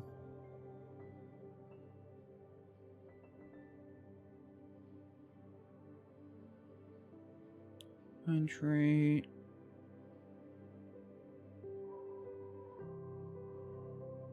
Here's effects. You can suppress or resume the aura as a single action, which has the concentrate trait.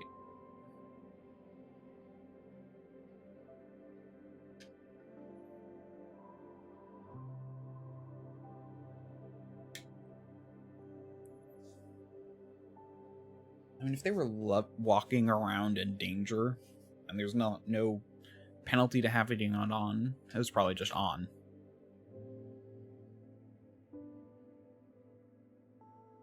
So that means it used one action.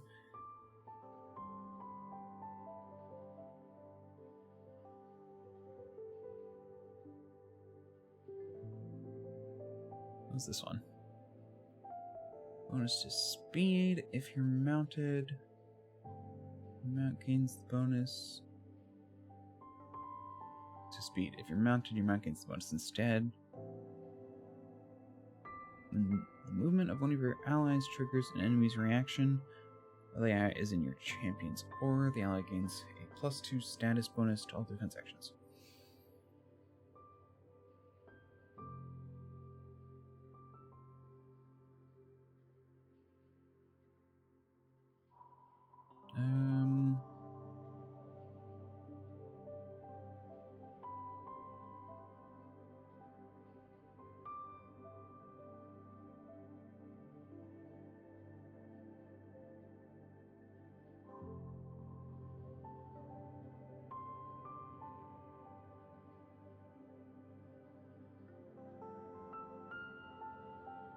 I don't remember what this was supposed to be.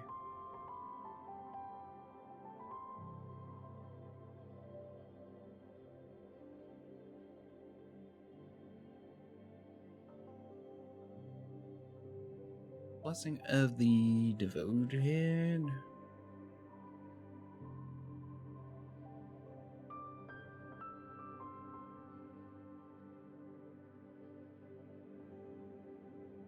Oh yeah, that's where I got Blessed Speed. Okay, that's what it was.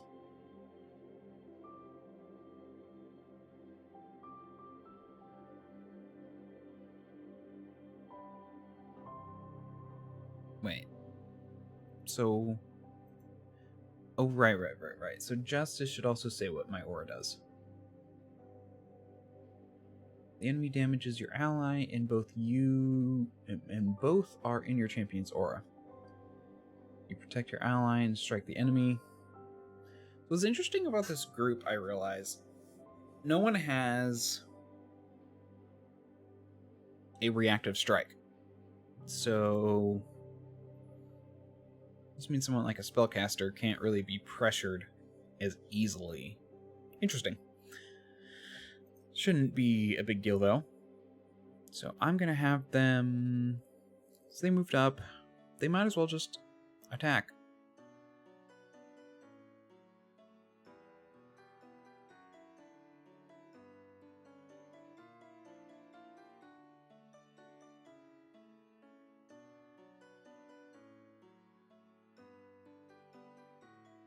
That not roll an attack? Oh, I just clicked on the item. I need to click on the strike. I'm an idiot.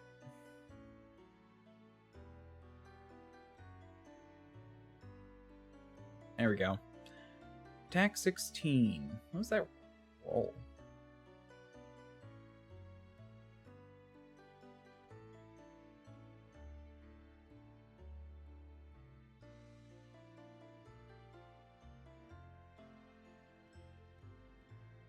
Plus 14. I must have rolled a 2. Yeah, I rolled a 2. Okay. Well, that doesn't beat a 21. So that's a miss. And might as well go for attack 2. 22. That would hit, but...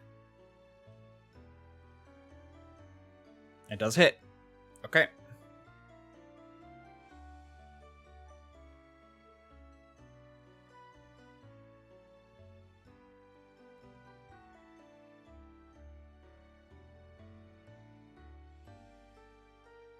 That obviously is not a critical, so...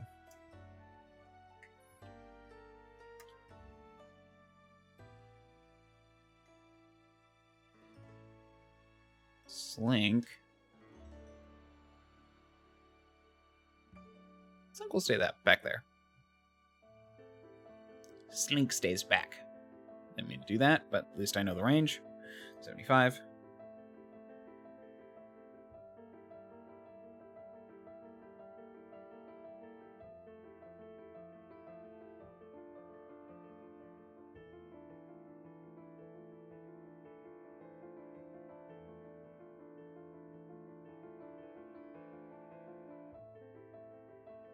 Firegrave Heat. Yeah, spell attack. 2d6 fire, non-critical hit, attack takes double damage. Yeah, I plan to spend all 3. Oh, wait, no, it's range 60 feet. So I have to move up, so I'll spend 2. I'll also move up 25.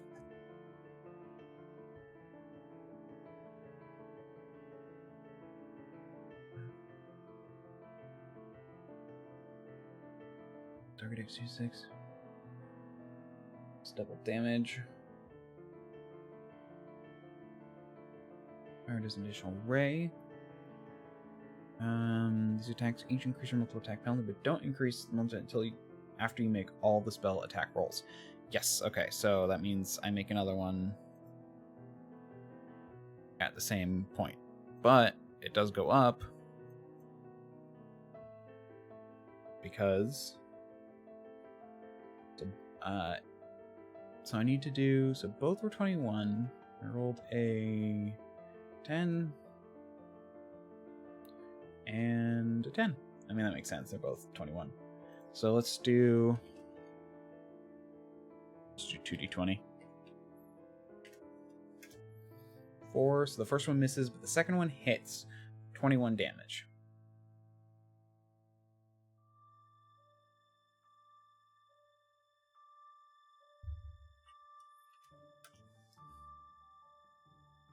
Well, it's their turn now. I should have been looking, because they had some stuff, like if they cast a spell. To cast a spell.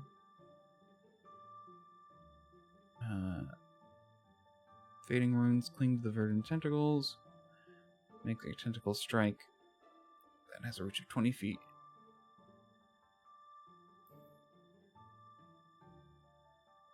Oh, I could have stayed where they are, but that would have been too easy.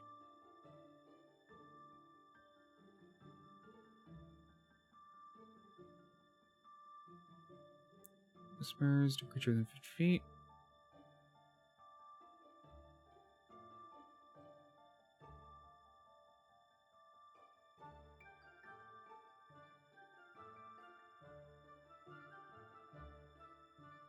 We'll do this one.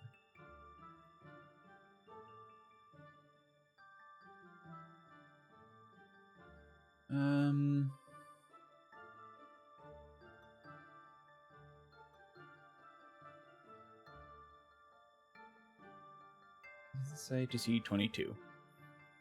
Well, let's have you make a will save.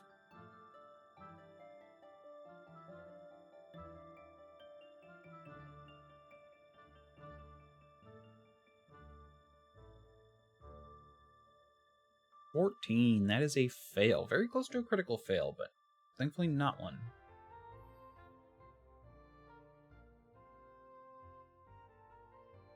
So stupefied 2 for 1 minute. What does stupefied do?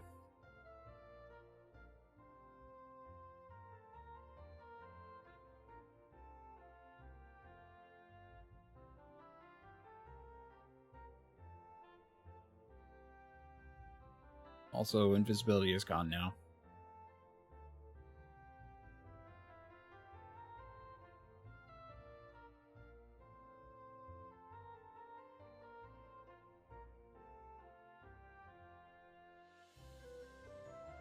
Okay, you can sync clouds, provide illusion with this value.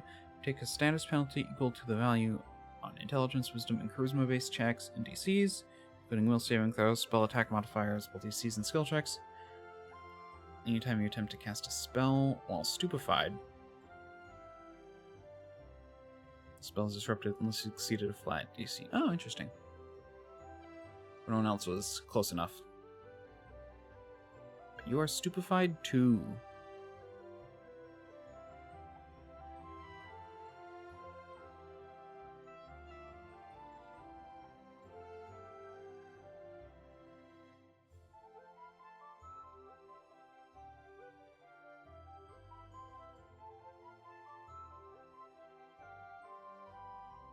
So it has 2 more actions. That's a good spell. What does this do? Dealing range 30 feet, area 10 foot burst. Creature is unaffected. Creature takes half damage, creature takes full damage, and is deafened.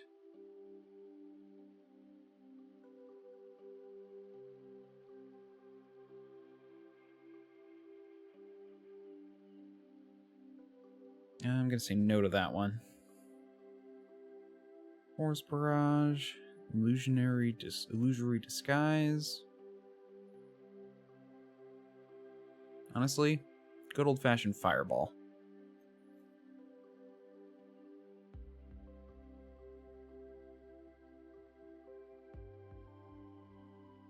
We're gonna do that.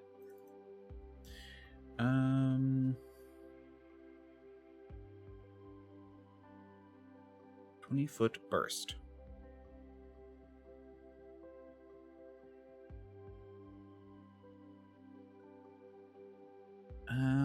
Dang, just barely unable to get everyone. Can get 3 though. Let's do that.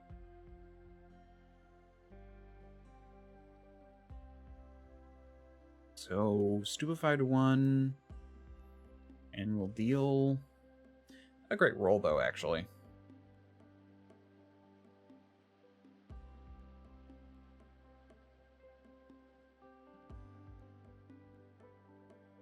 That was 66. Total of 17. It's definitely a bit below average. 18... 3? Oh yeah, I can see the numbers. Hold on. 5, 1, 3, 1, 5, 2.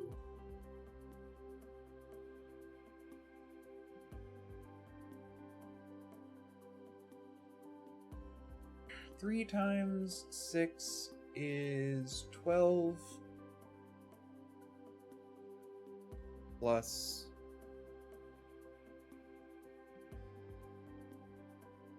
Actually, no, that's above average. 15 would be average.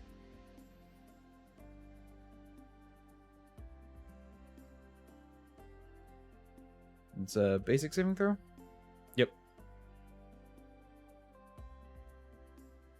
So, let's go and do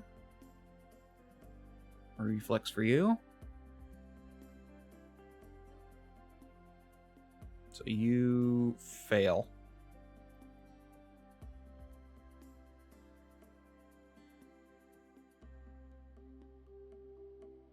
Slink fails. That is a 6 on the die. 4 on the die, yeah, so they're just getting bad rolls.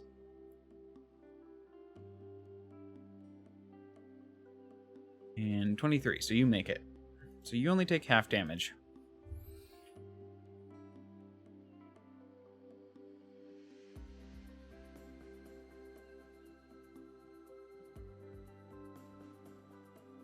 Eight.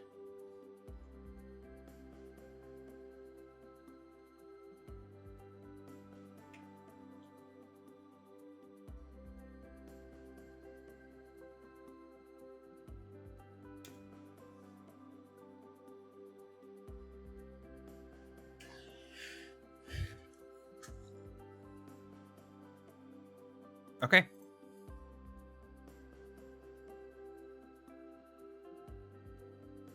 Nort's turn. Nort... Alright, you're no longer invisible. So those don't matter.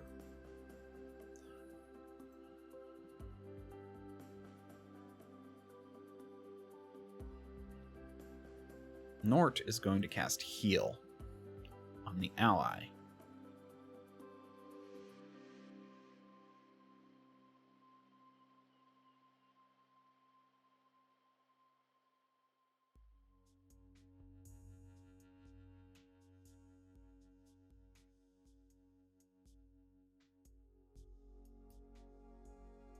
Two action version.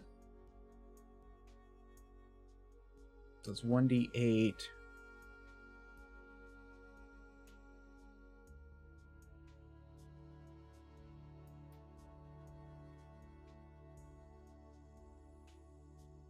Plus 8.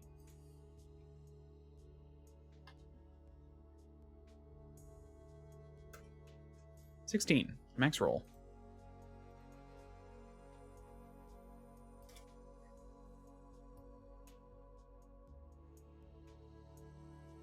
So, 2-action version.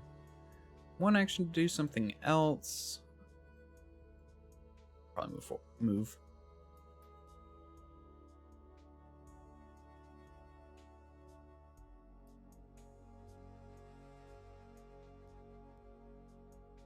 Now for Sandra.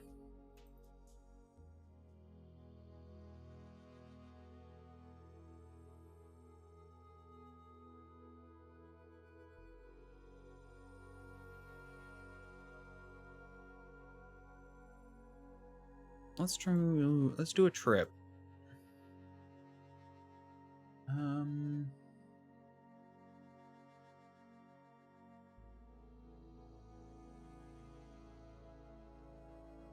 Athletics check versus reflex DC.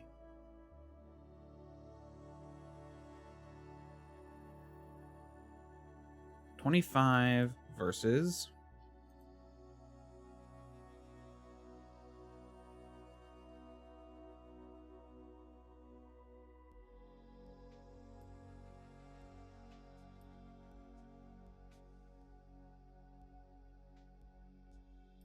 $21.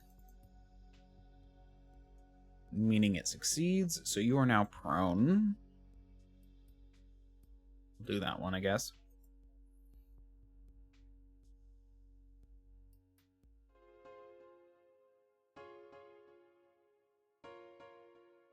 And then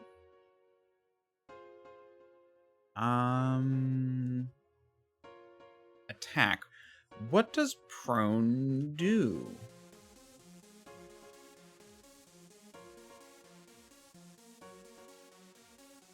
You're on the ground, you are off guard, and take a minus 2 circumstance to your attack rolls.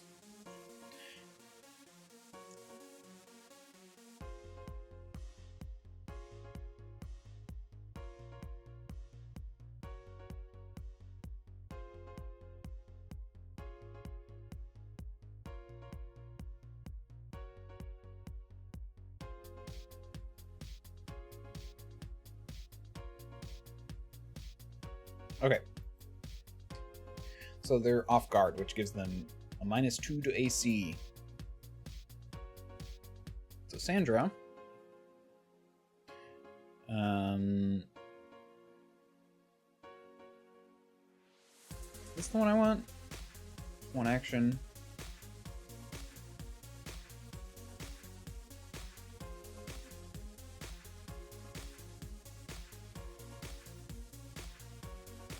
So you now have bravado. With a basic success.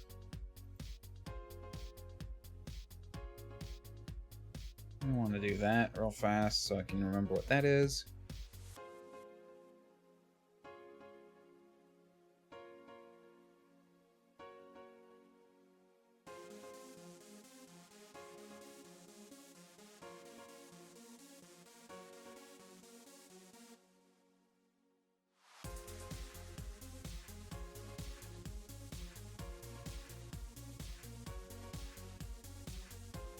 Okay.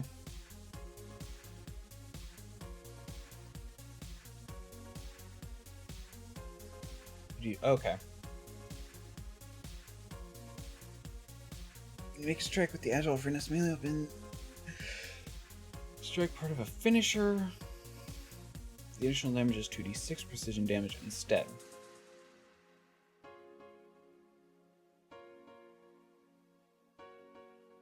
Okay, so you deal 3d6 bonus damage as part of a finisher. So you're going to do a normal attack, then a finisher attack. So the normal attack will get plus 3.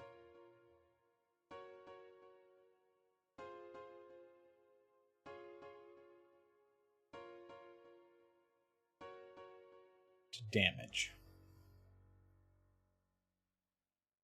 While you have panache, right? Just always.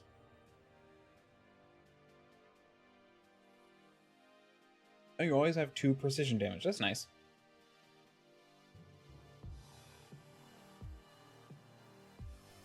10. Is that 2d6?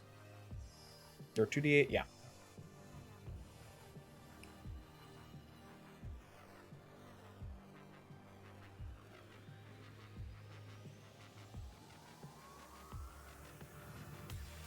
Minus 10? That should have been with the penalty. I didn't roll the 2, did I?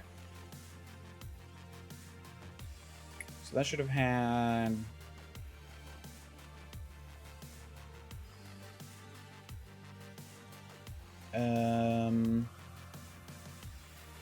Is it a minus 4?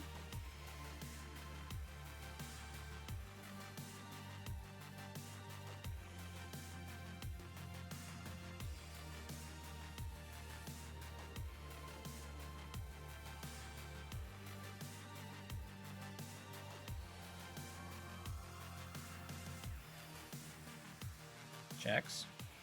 Attack rolls. Multiple attacks. Second is a minus 5. Okay, so that would not have hit, actually, so... And then minus 10.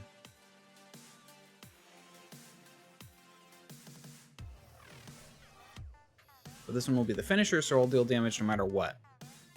As long as I don't critically fail. 18, so that's a miss. But I'll still do 3d6, half of this. 9, so 5. Oh wait, they also have 2 lower... Never mind, the first one would have hit. This one would have missed, though. So they would have done minus 10, because they're off guard. So their AC is... What does it show it as 11 right now?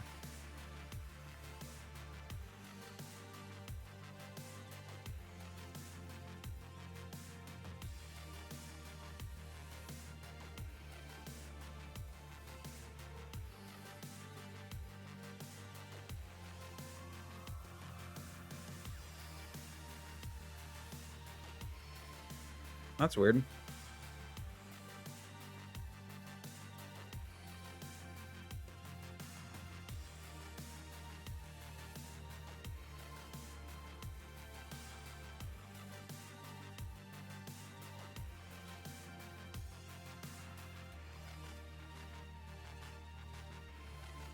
Can I give you a condition? I don't think I can give you a condition. That's unfortunate.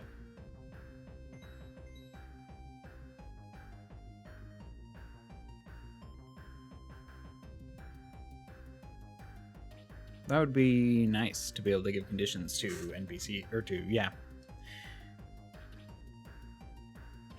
Yeah, I have no idea why this is 11 now suddenly.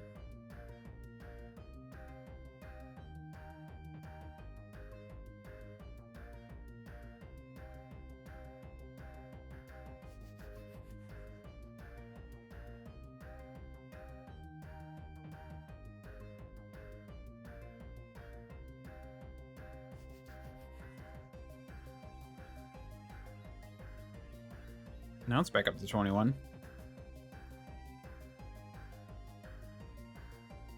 That's weird. I don't know what's going on here.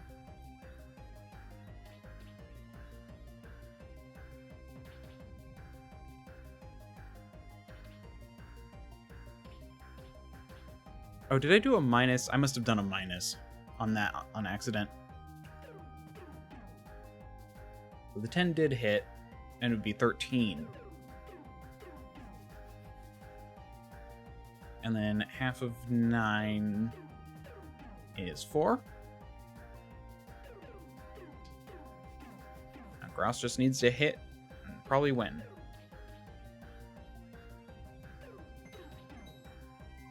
Did I close your sheet? I might have closed your sheet. I did close your sheet.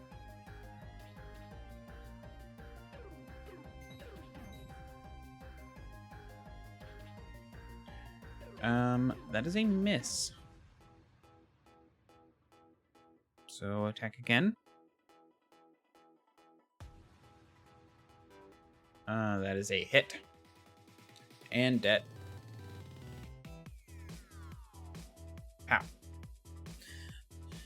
That was, that took a while as a test combat. That was about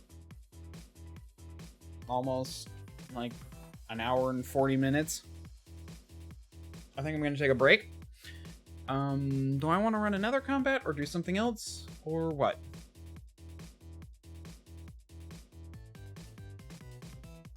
I'll run another combat. I should be able to make that go faster. And that seems about... Honestly, that does seem about right. Against what was basically an enemy of equal level. In fact, let's go over here to... I have the GM core out.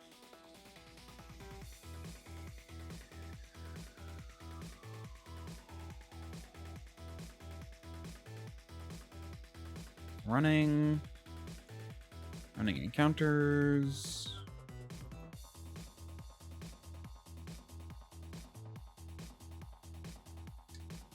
Nope, building encounters.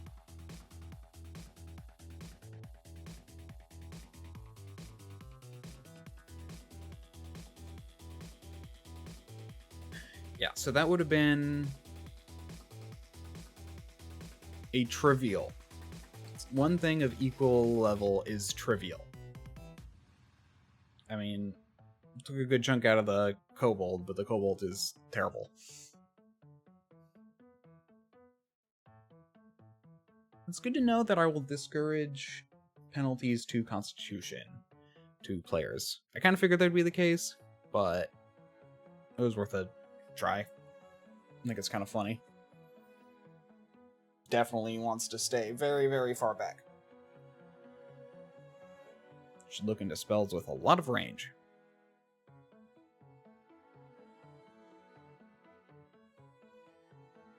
Okay, I will be back.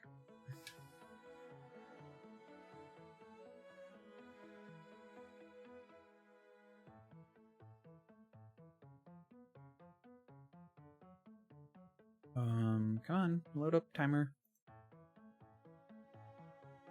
We'll do, nope, not 10 hours, 10 minutes.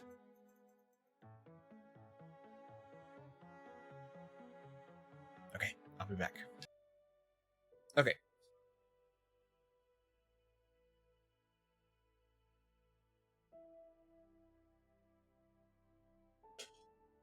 There we go.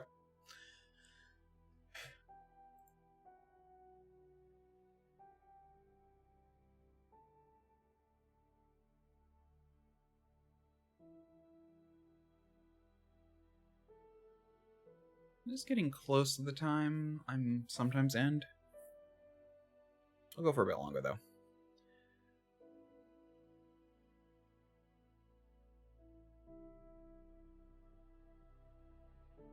The only issue... I know. I was about to say, the only issue is that I'd need to do something... Let's do a bigger single monster.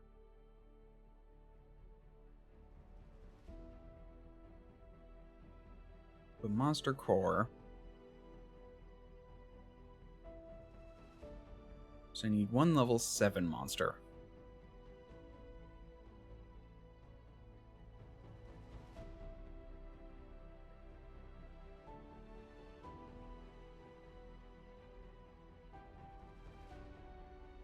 Let's look at the Howl of the Wild.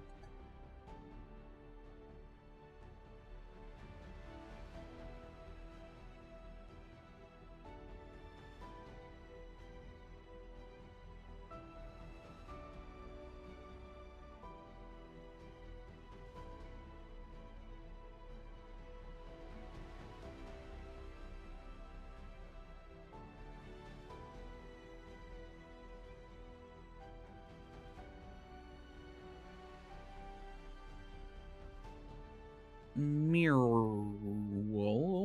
Let's go Carnotaur. Carnotaurus. Third dinosaur section, yeah.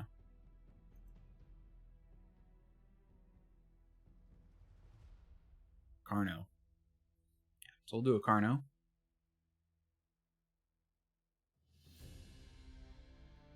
Carno.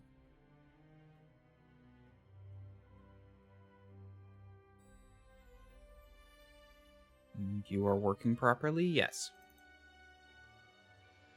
You're a big guy.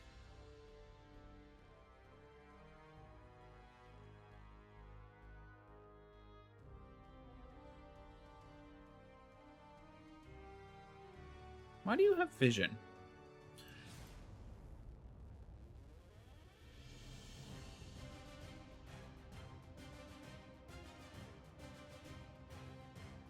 Now, after all that happens, this guy jumps down. Rawr.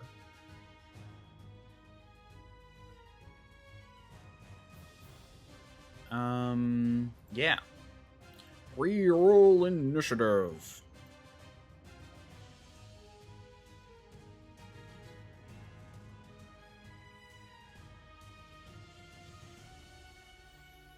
It didn't... No, I wasn't selecting him.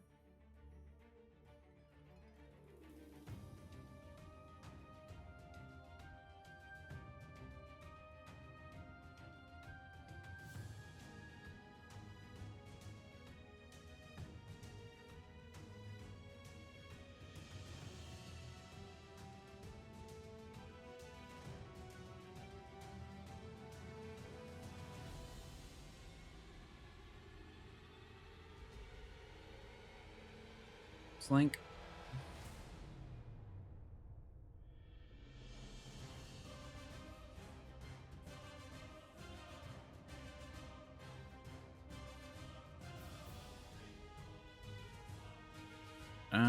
Sandra?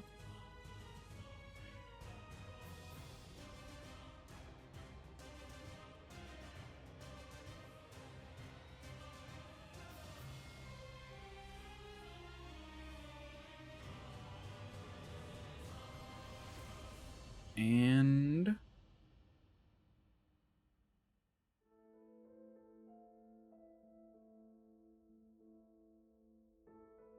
I'll say you at least... There's enough time passed where you're at least recovered from your stupefy.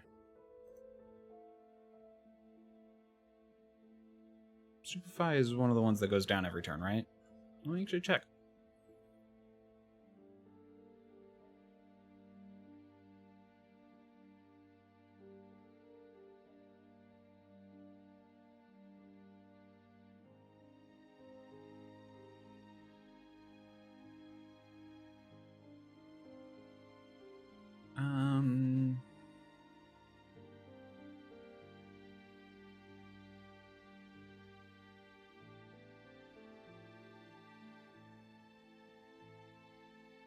These rallies cannot be reduced by skills.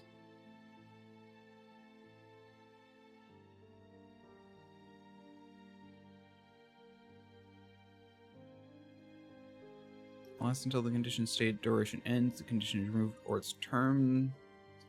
The condition itself causes it to end.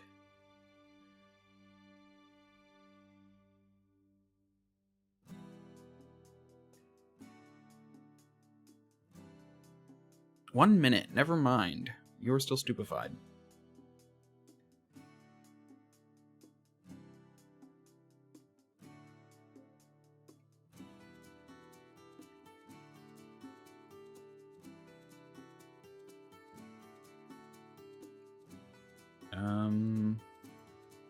Did I reroll your initiative? I don't think I did. Yes, I did.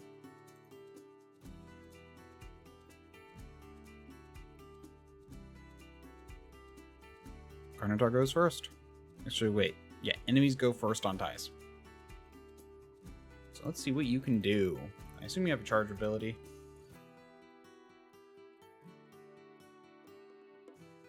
Creature ends its move action within reach of the Carnotaur.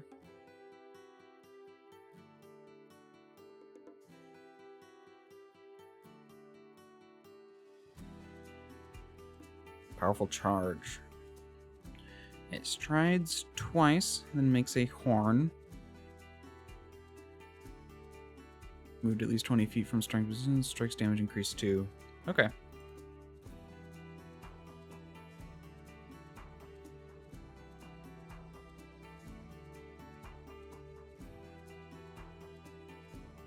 We're going to use the later damage. Oh, it still has to make an attack. We're just going to use that damage. So, 22 AC.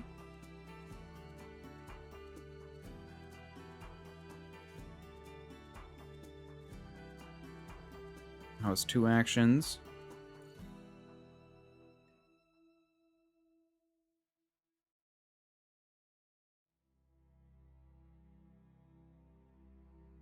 Your AC is 24, so it does miss. There's nothing about being off guard until you act that I saw.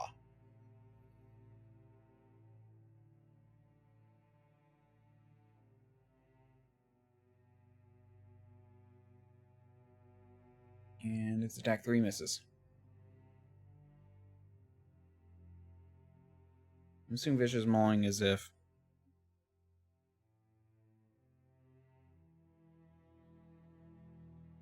Ah, okay, if it's prone.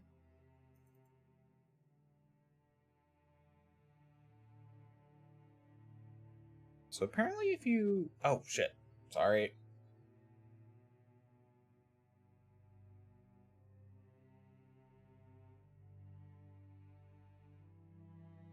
That was from when I checked Stupefy. Basically, this guy moved to here. He was a little bit farther back. He was here. And then attack Grouse. The horn, missed. And then tried to Jaws, missed.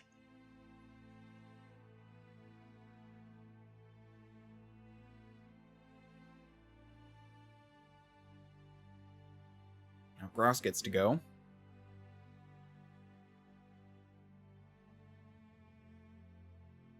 Grouse is going to raise shield.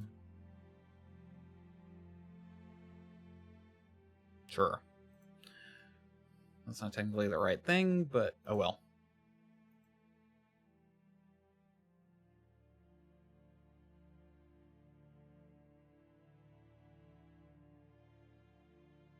And then attack.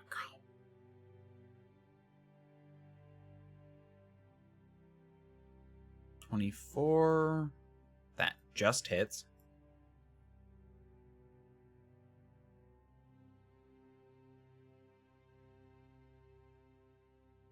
And then 14 misses.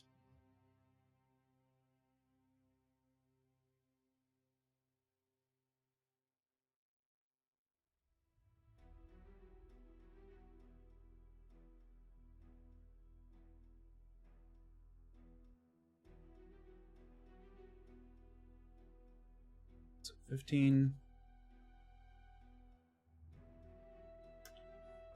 That's AC.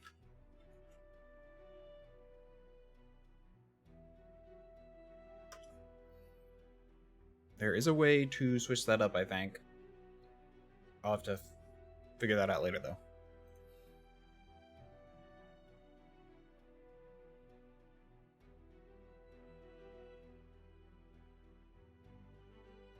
So that was Grouse's turn. Now Slink. Slink doesn't have to be as terrified.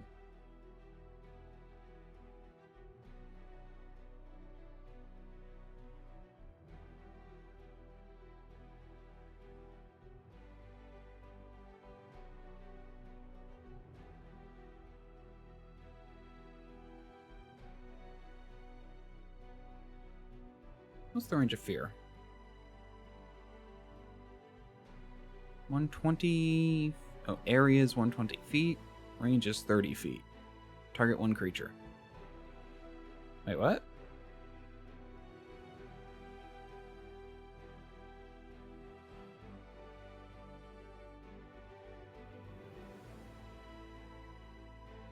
Spells. F. E. A-R. One creature within 30 feet. Okay.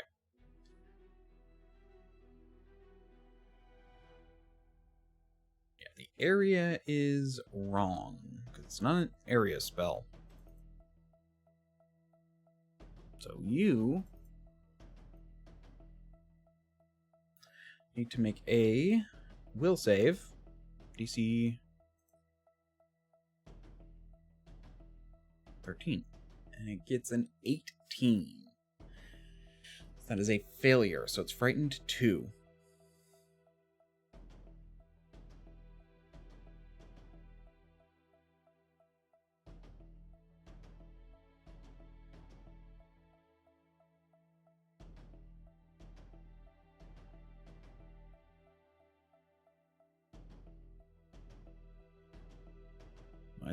Why isn't this working?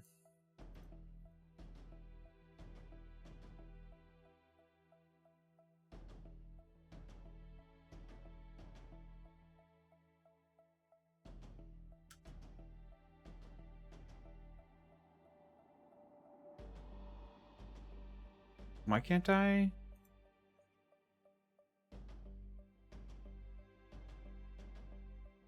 Do that thing. Normally you can do a number if you press the number key while hovering over one. Why can't I do that? Oh well. 2.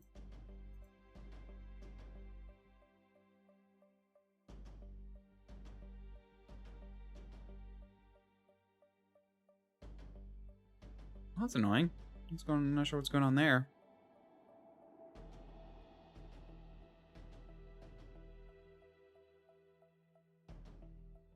Roll 20 change something?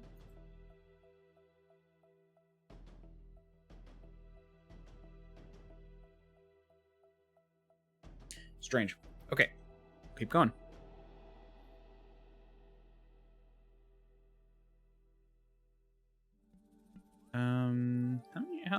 What are the... I assume that's 2 actions, yeah. What else can you do? Is there anything, like, worthwhile? Oh yeah, you do have a Staff of Fire. I can give you Scamper.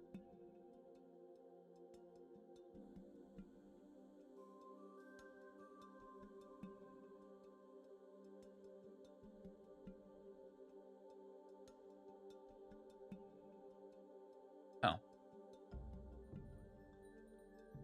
You're adjacent to at least one ally.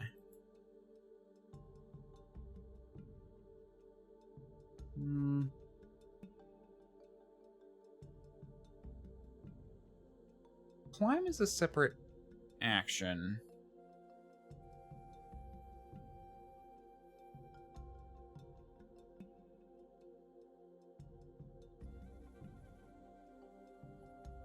We're going to put you there.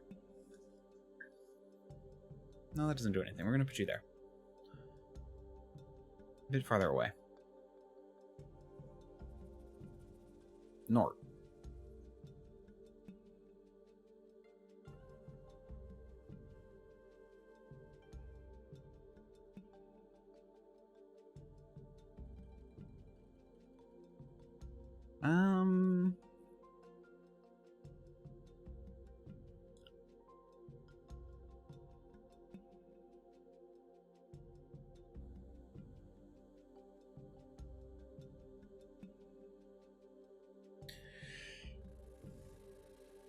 Let's try entangling Flora. Did I prepare that right? Yeah.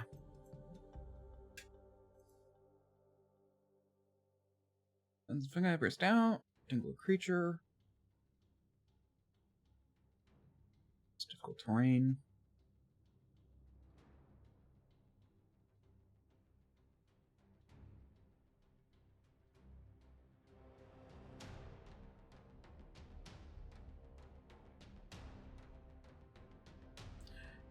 And all spurs into 20-foot burst. I'm gonna look at the area burst. From a single corner of a square.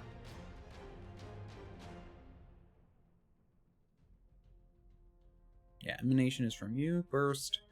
Oh yeah, and Pathfinder does from corner.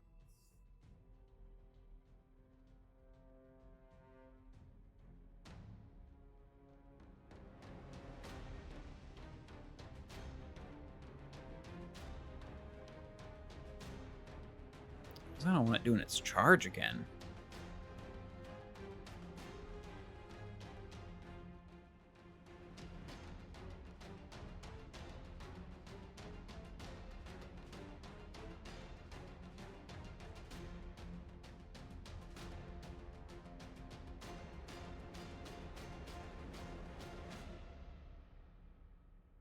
Yeah, there we go.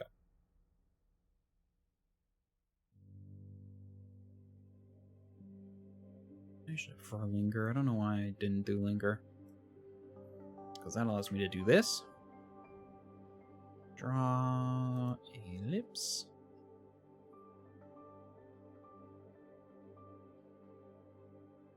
And now I can go back to draw.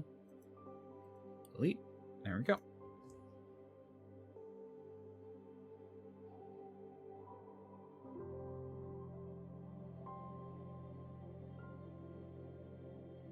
So now when it starts its turn, it has to make a reflex save.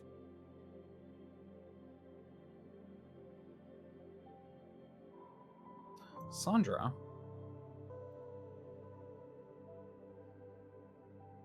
is going to shove with friendly nudge.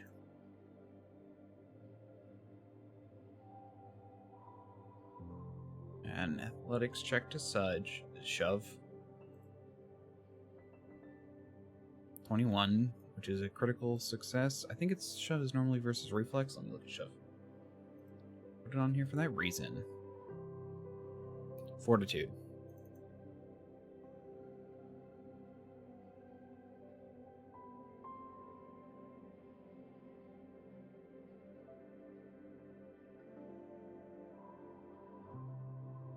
That'd be a 22. I got a 21. You don't need freehand? 1 degree success higher. Yeah, so basically it's a success. So you move.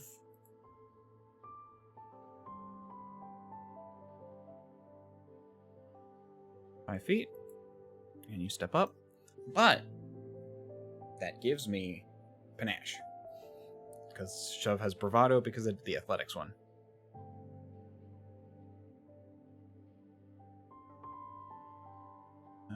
Feet, friendly nudge, traits, minotaur.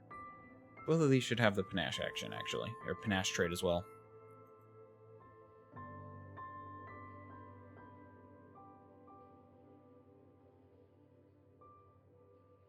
So,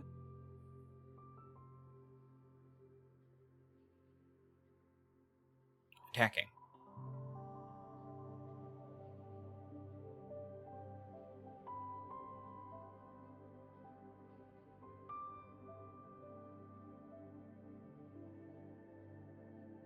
Oh wait, yeah, you have yours up here. The only downside to this is it does make your other ones lower because it is still using a shove action, which should have a thing for second and third attempts. Is there a way to mark that on here? Nope. Unfortunate. Because if I do it as like a second or third, you get the penalty.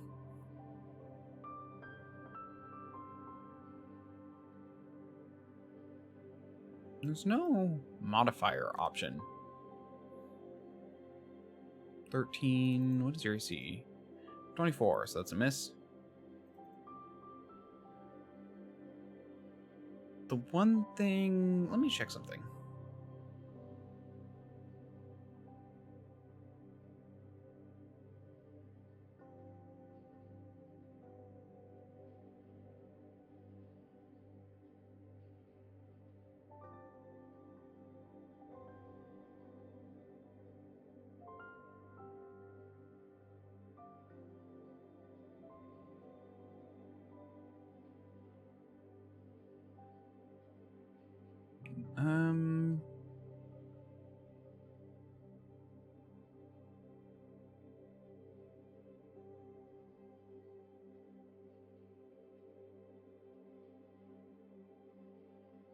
Modifier selection.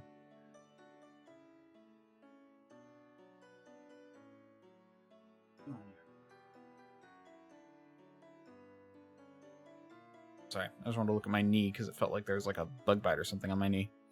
Or not a bug bite, but like a something. It feels like this little bump, but it doesn't hurt. Or sorry, it hurts, but it doesn't like itch. So it's like, what? What's going on?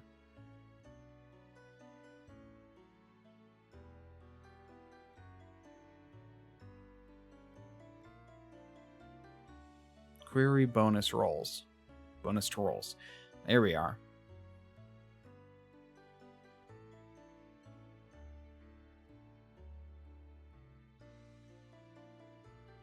That's what I wanted. And I should technically turn that on for everyone. So think about the strike modifier section. I'm guessing that's an actual section.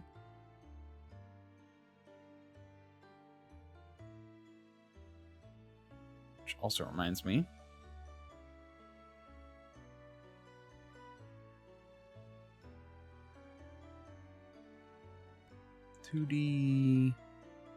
Sorry. Plus 3, comma, plus 2d6. Precision.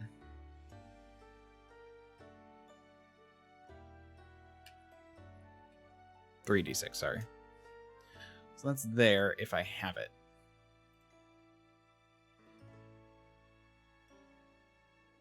This should technically be plus... Well, it's a miss, so... And we'll do a third strike.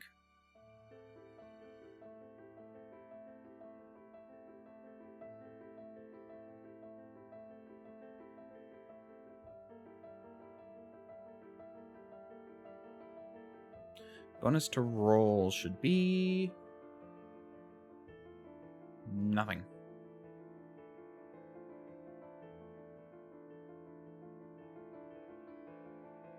Why didn't that roll? Public roll. Bonus to roll 0. This is why I hate the Pathfinder 2e sheet. It sucks.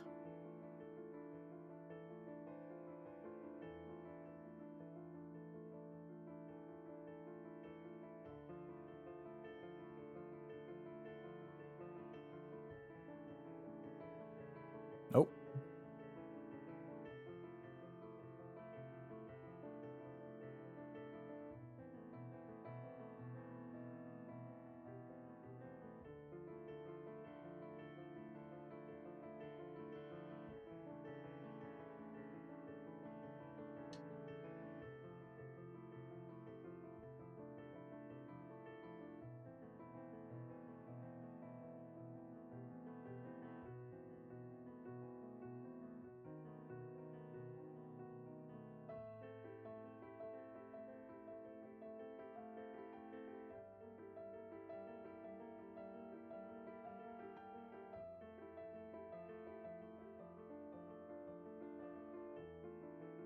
Oh, wait.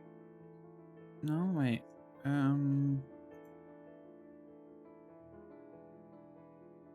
It's because I have the pluses.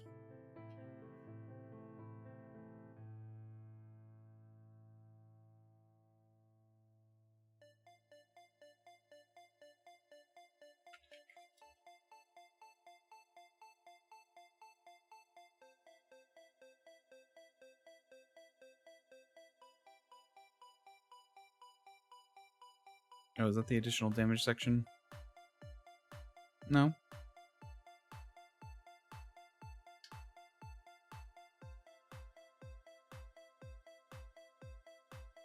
There we go. Must have been the damage thing. Ooh.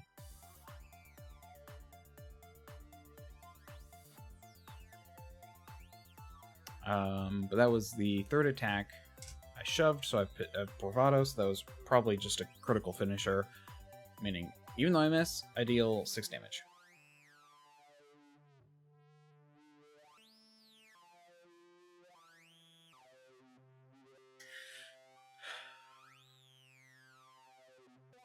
Okay, you know, we're coming up on 3 hours.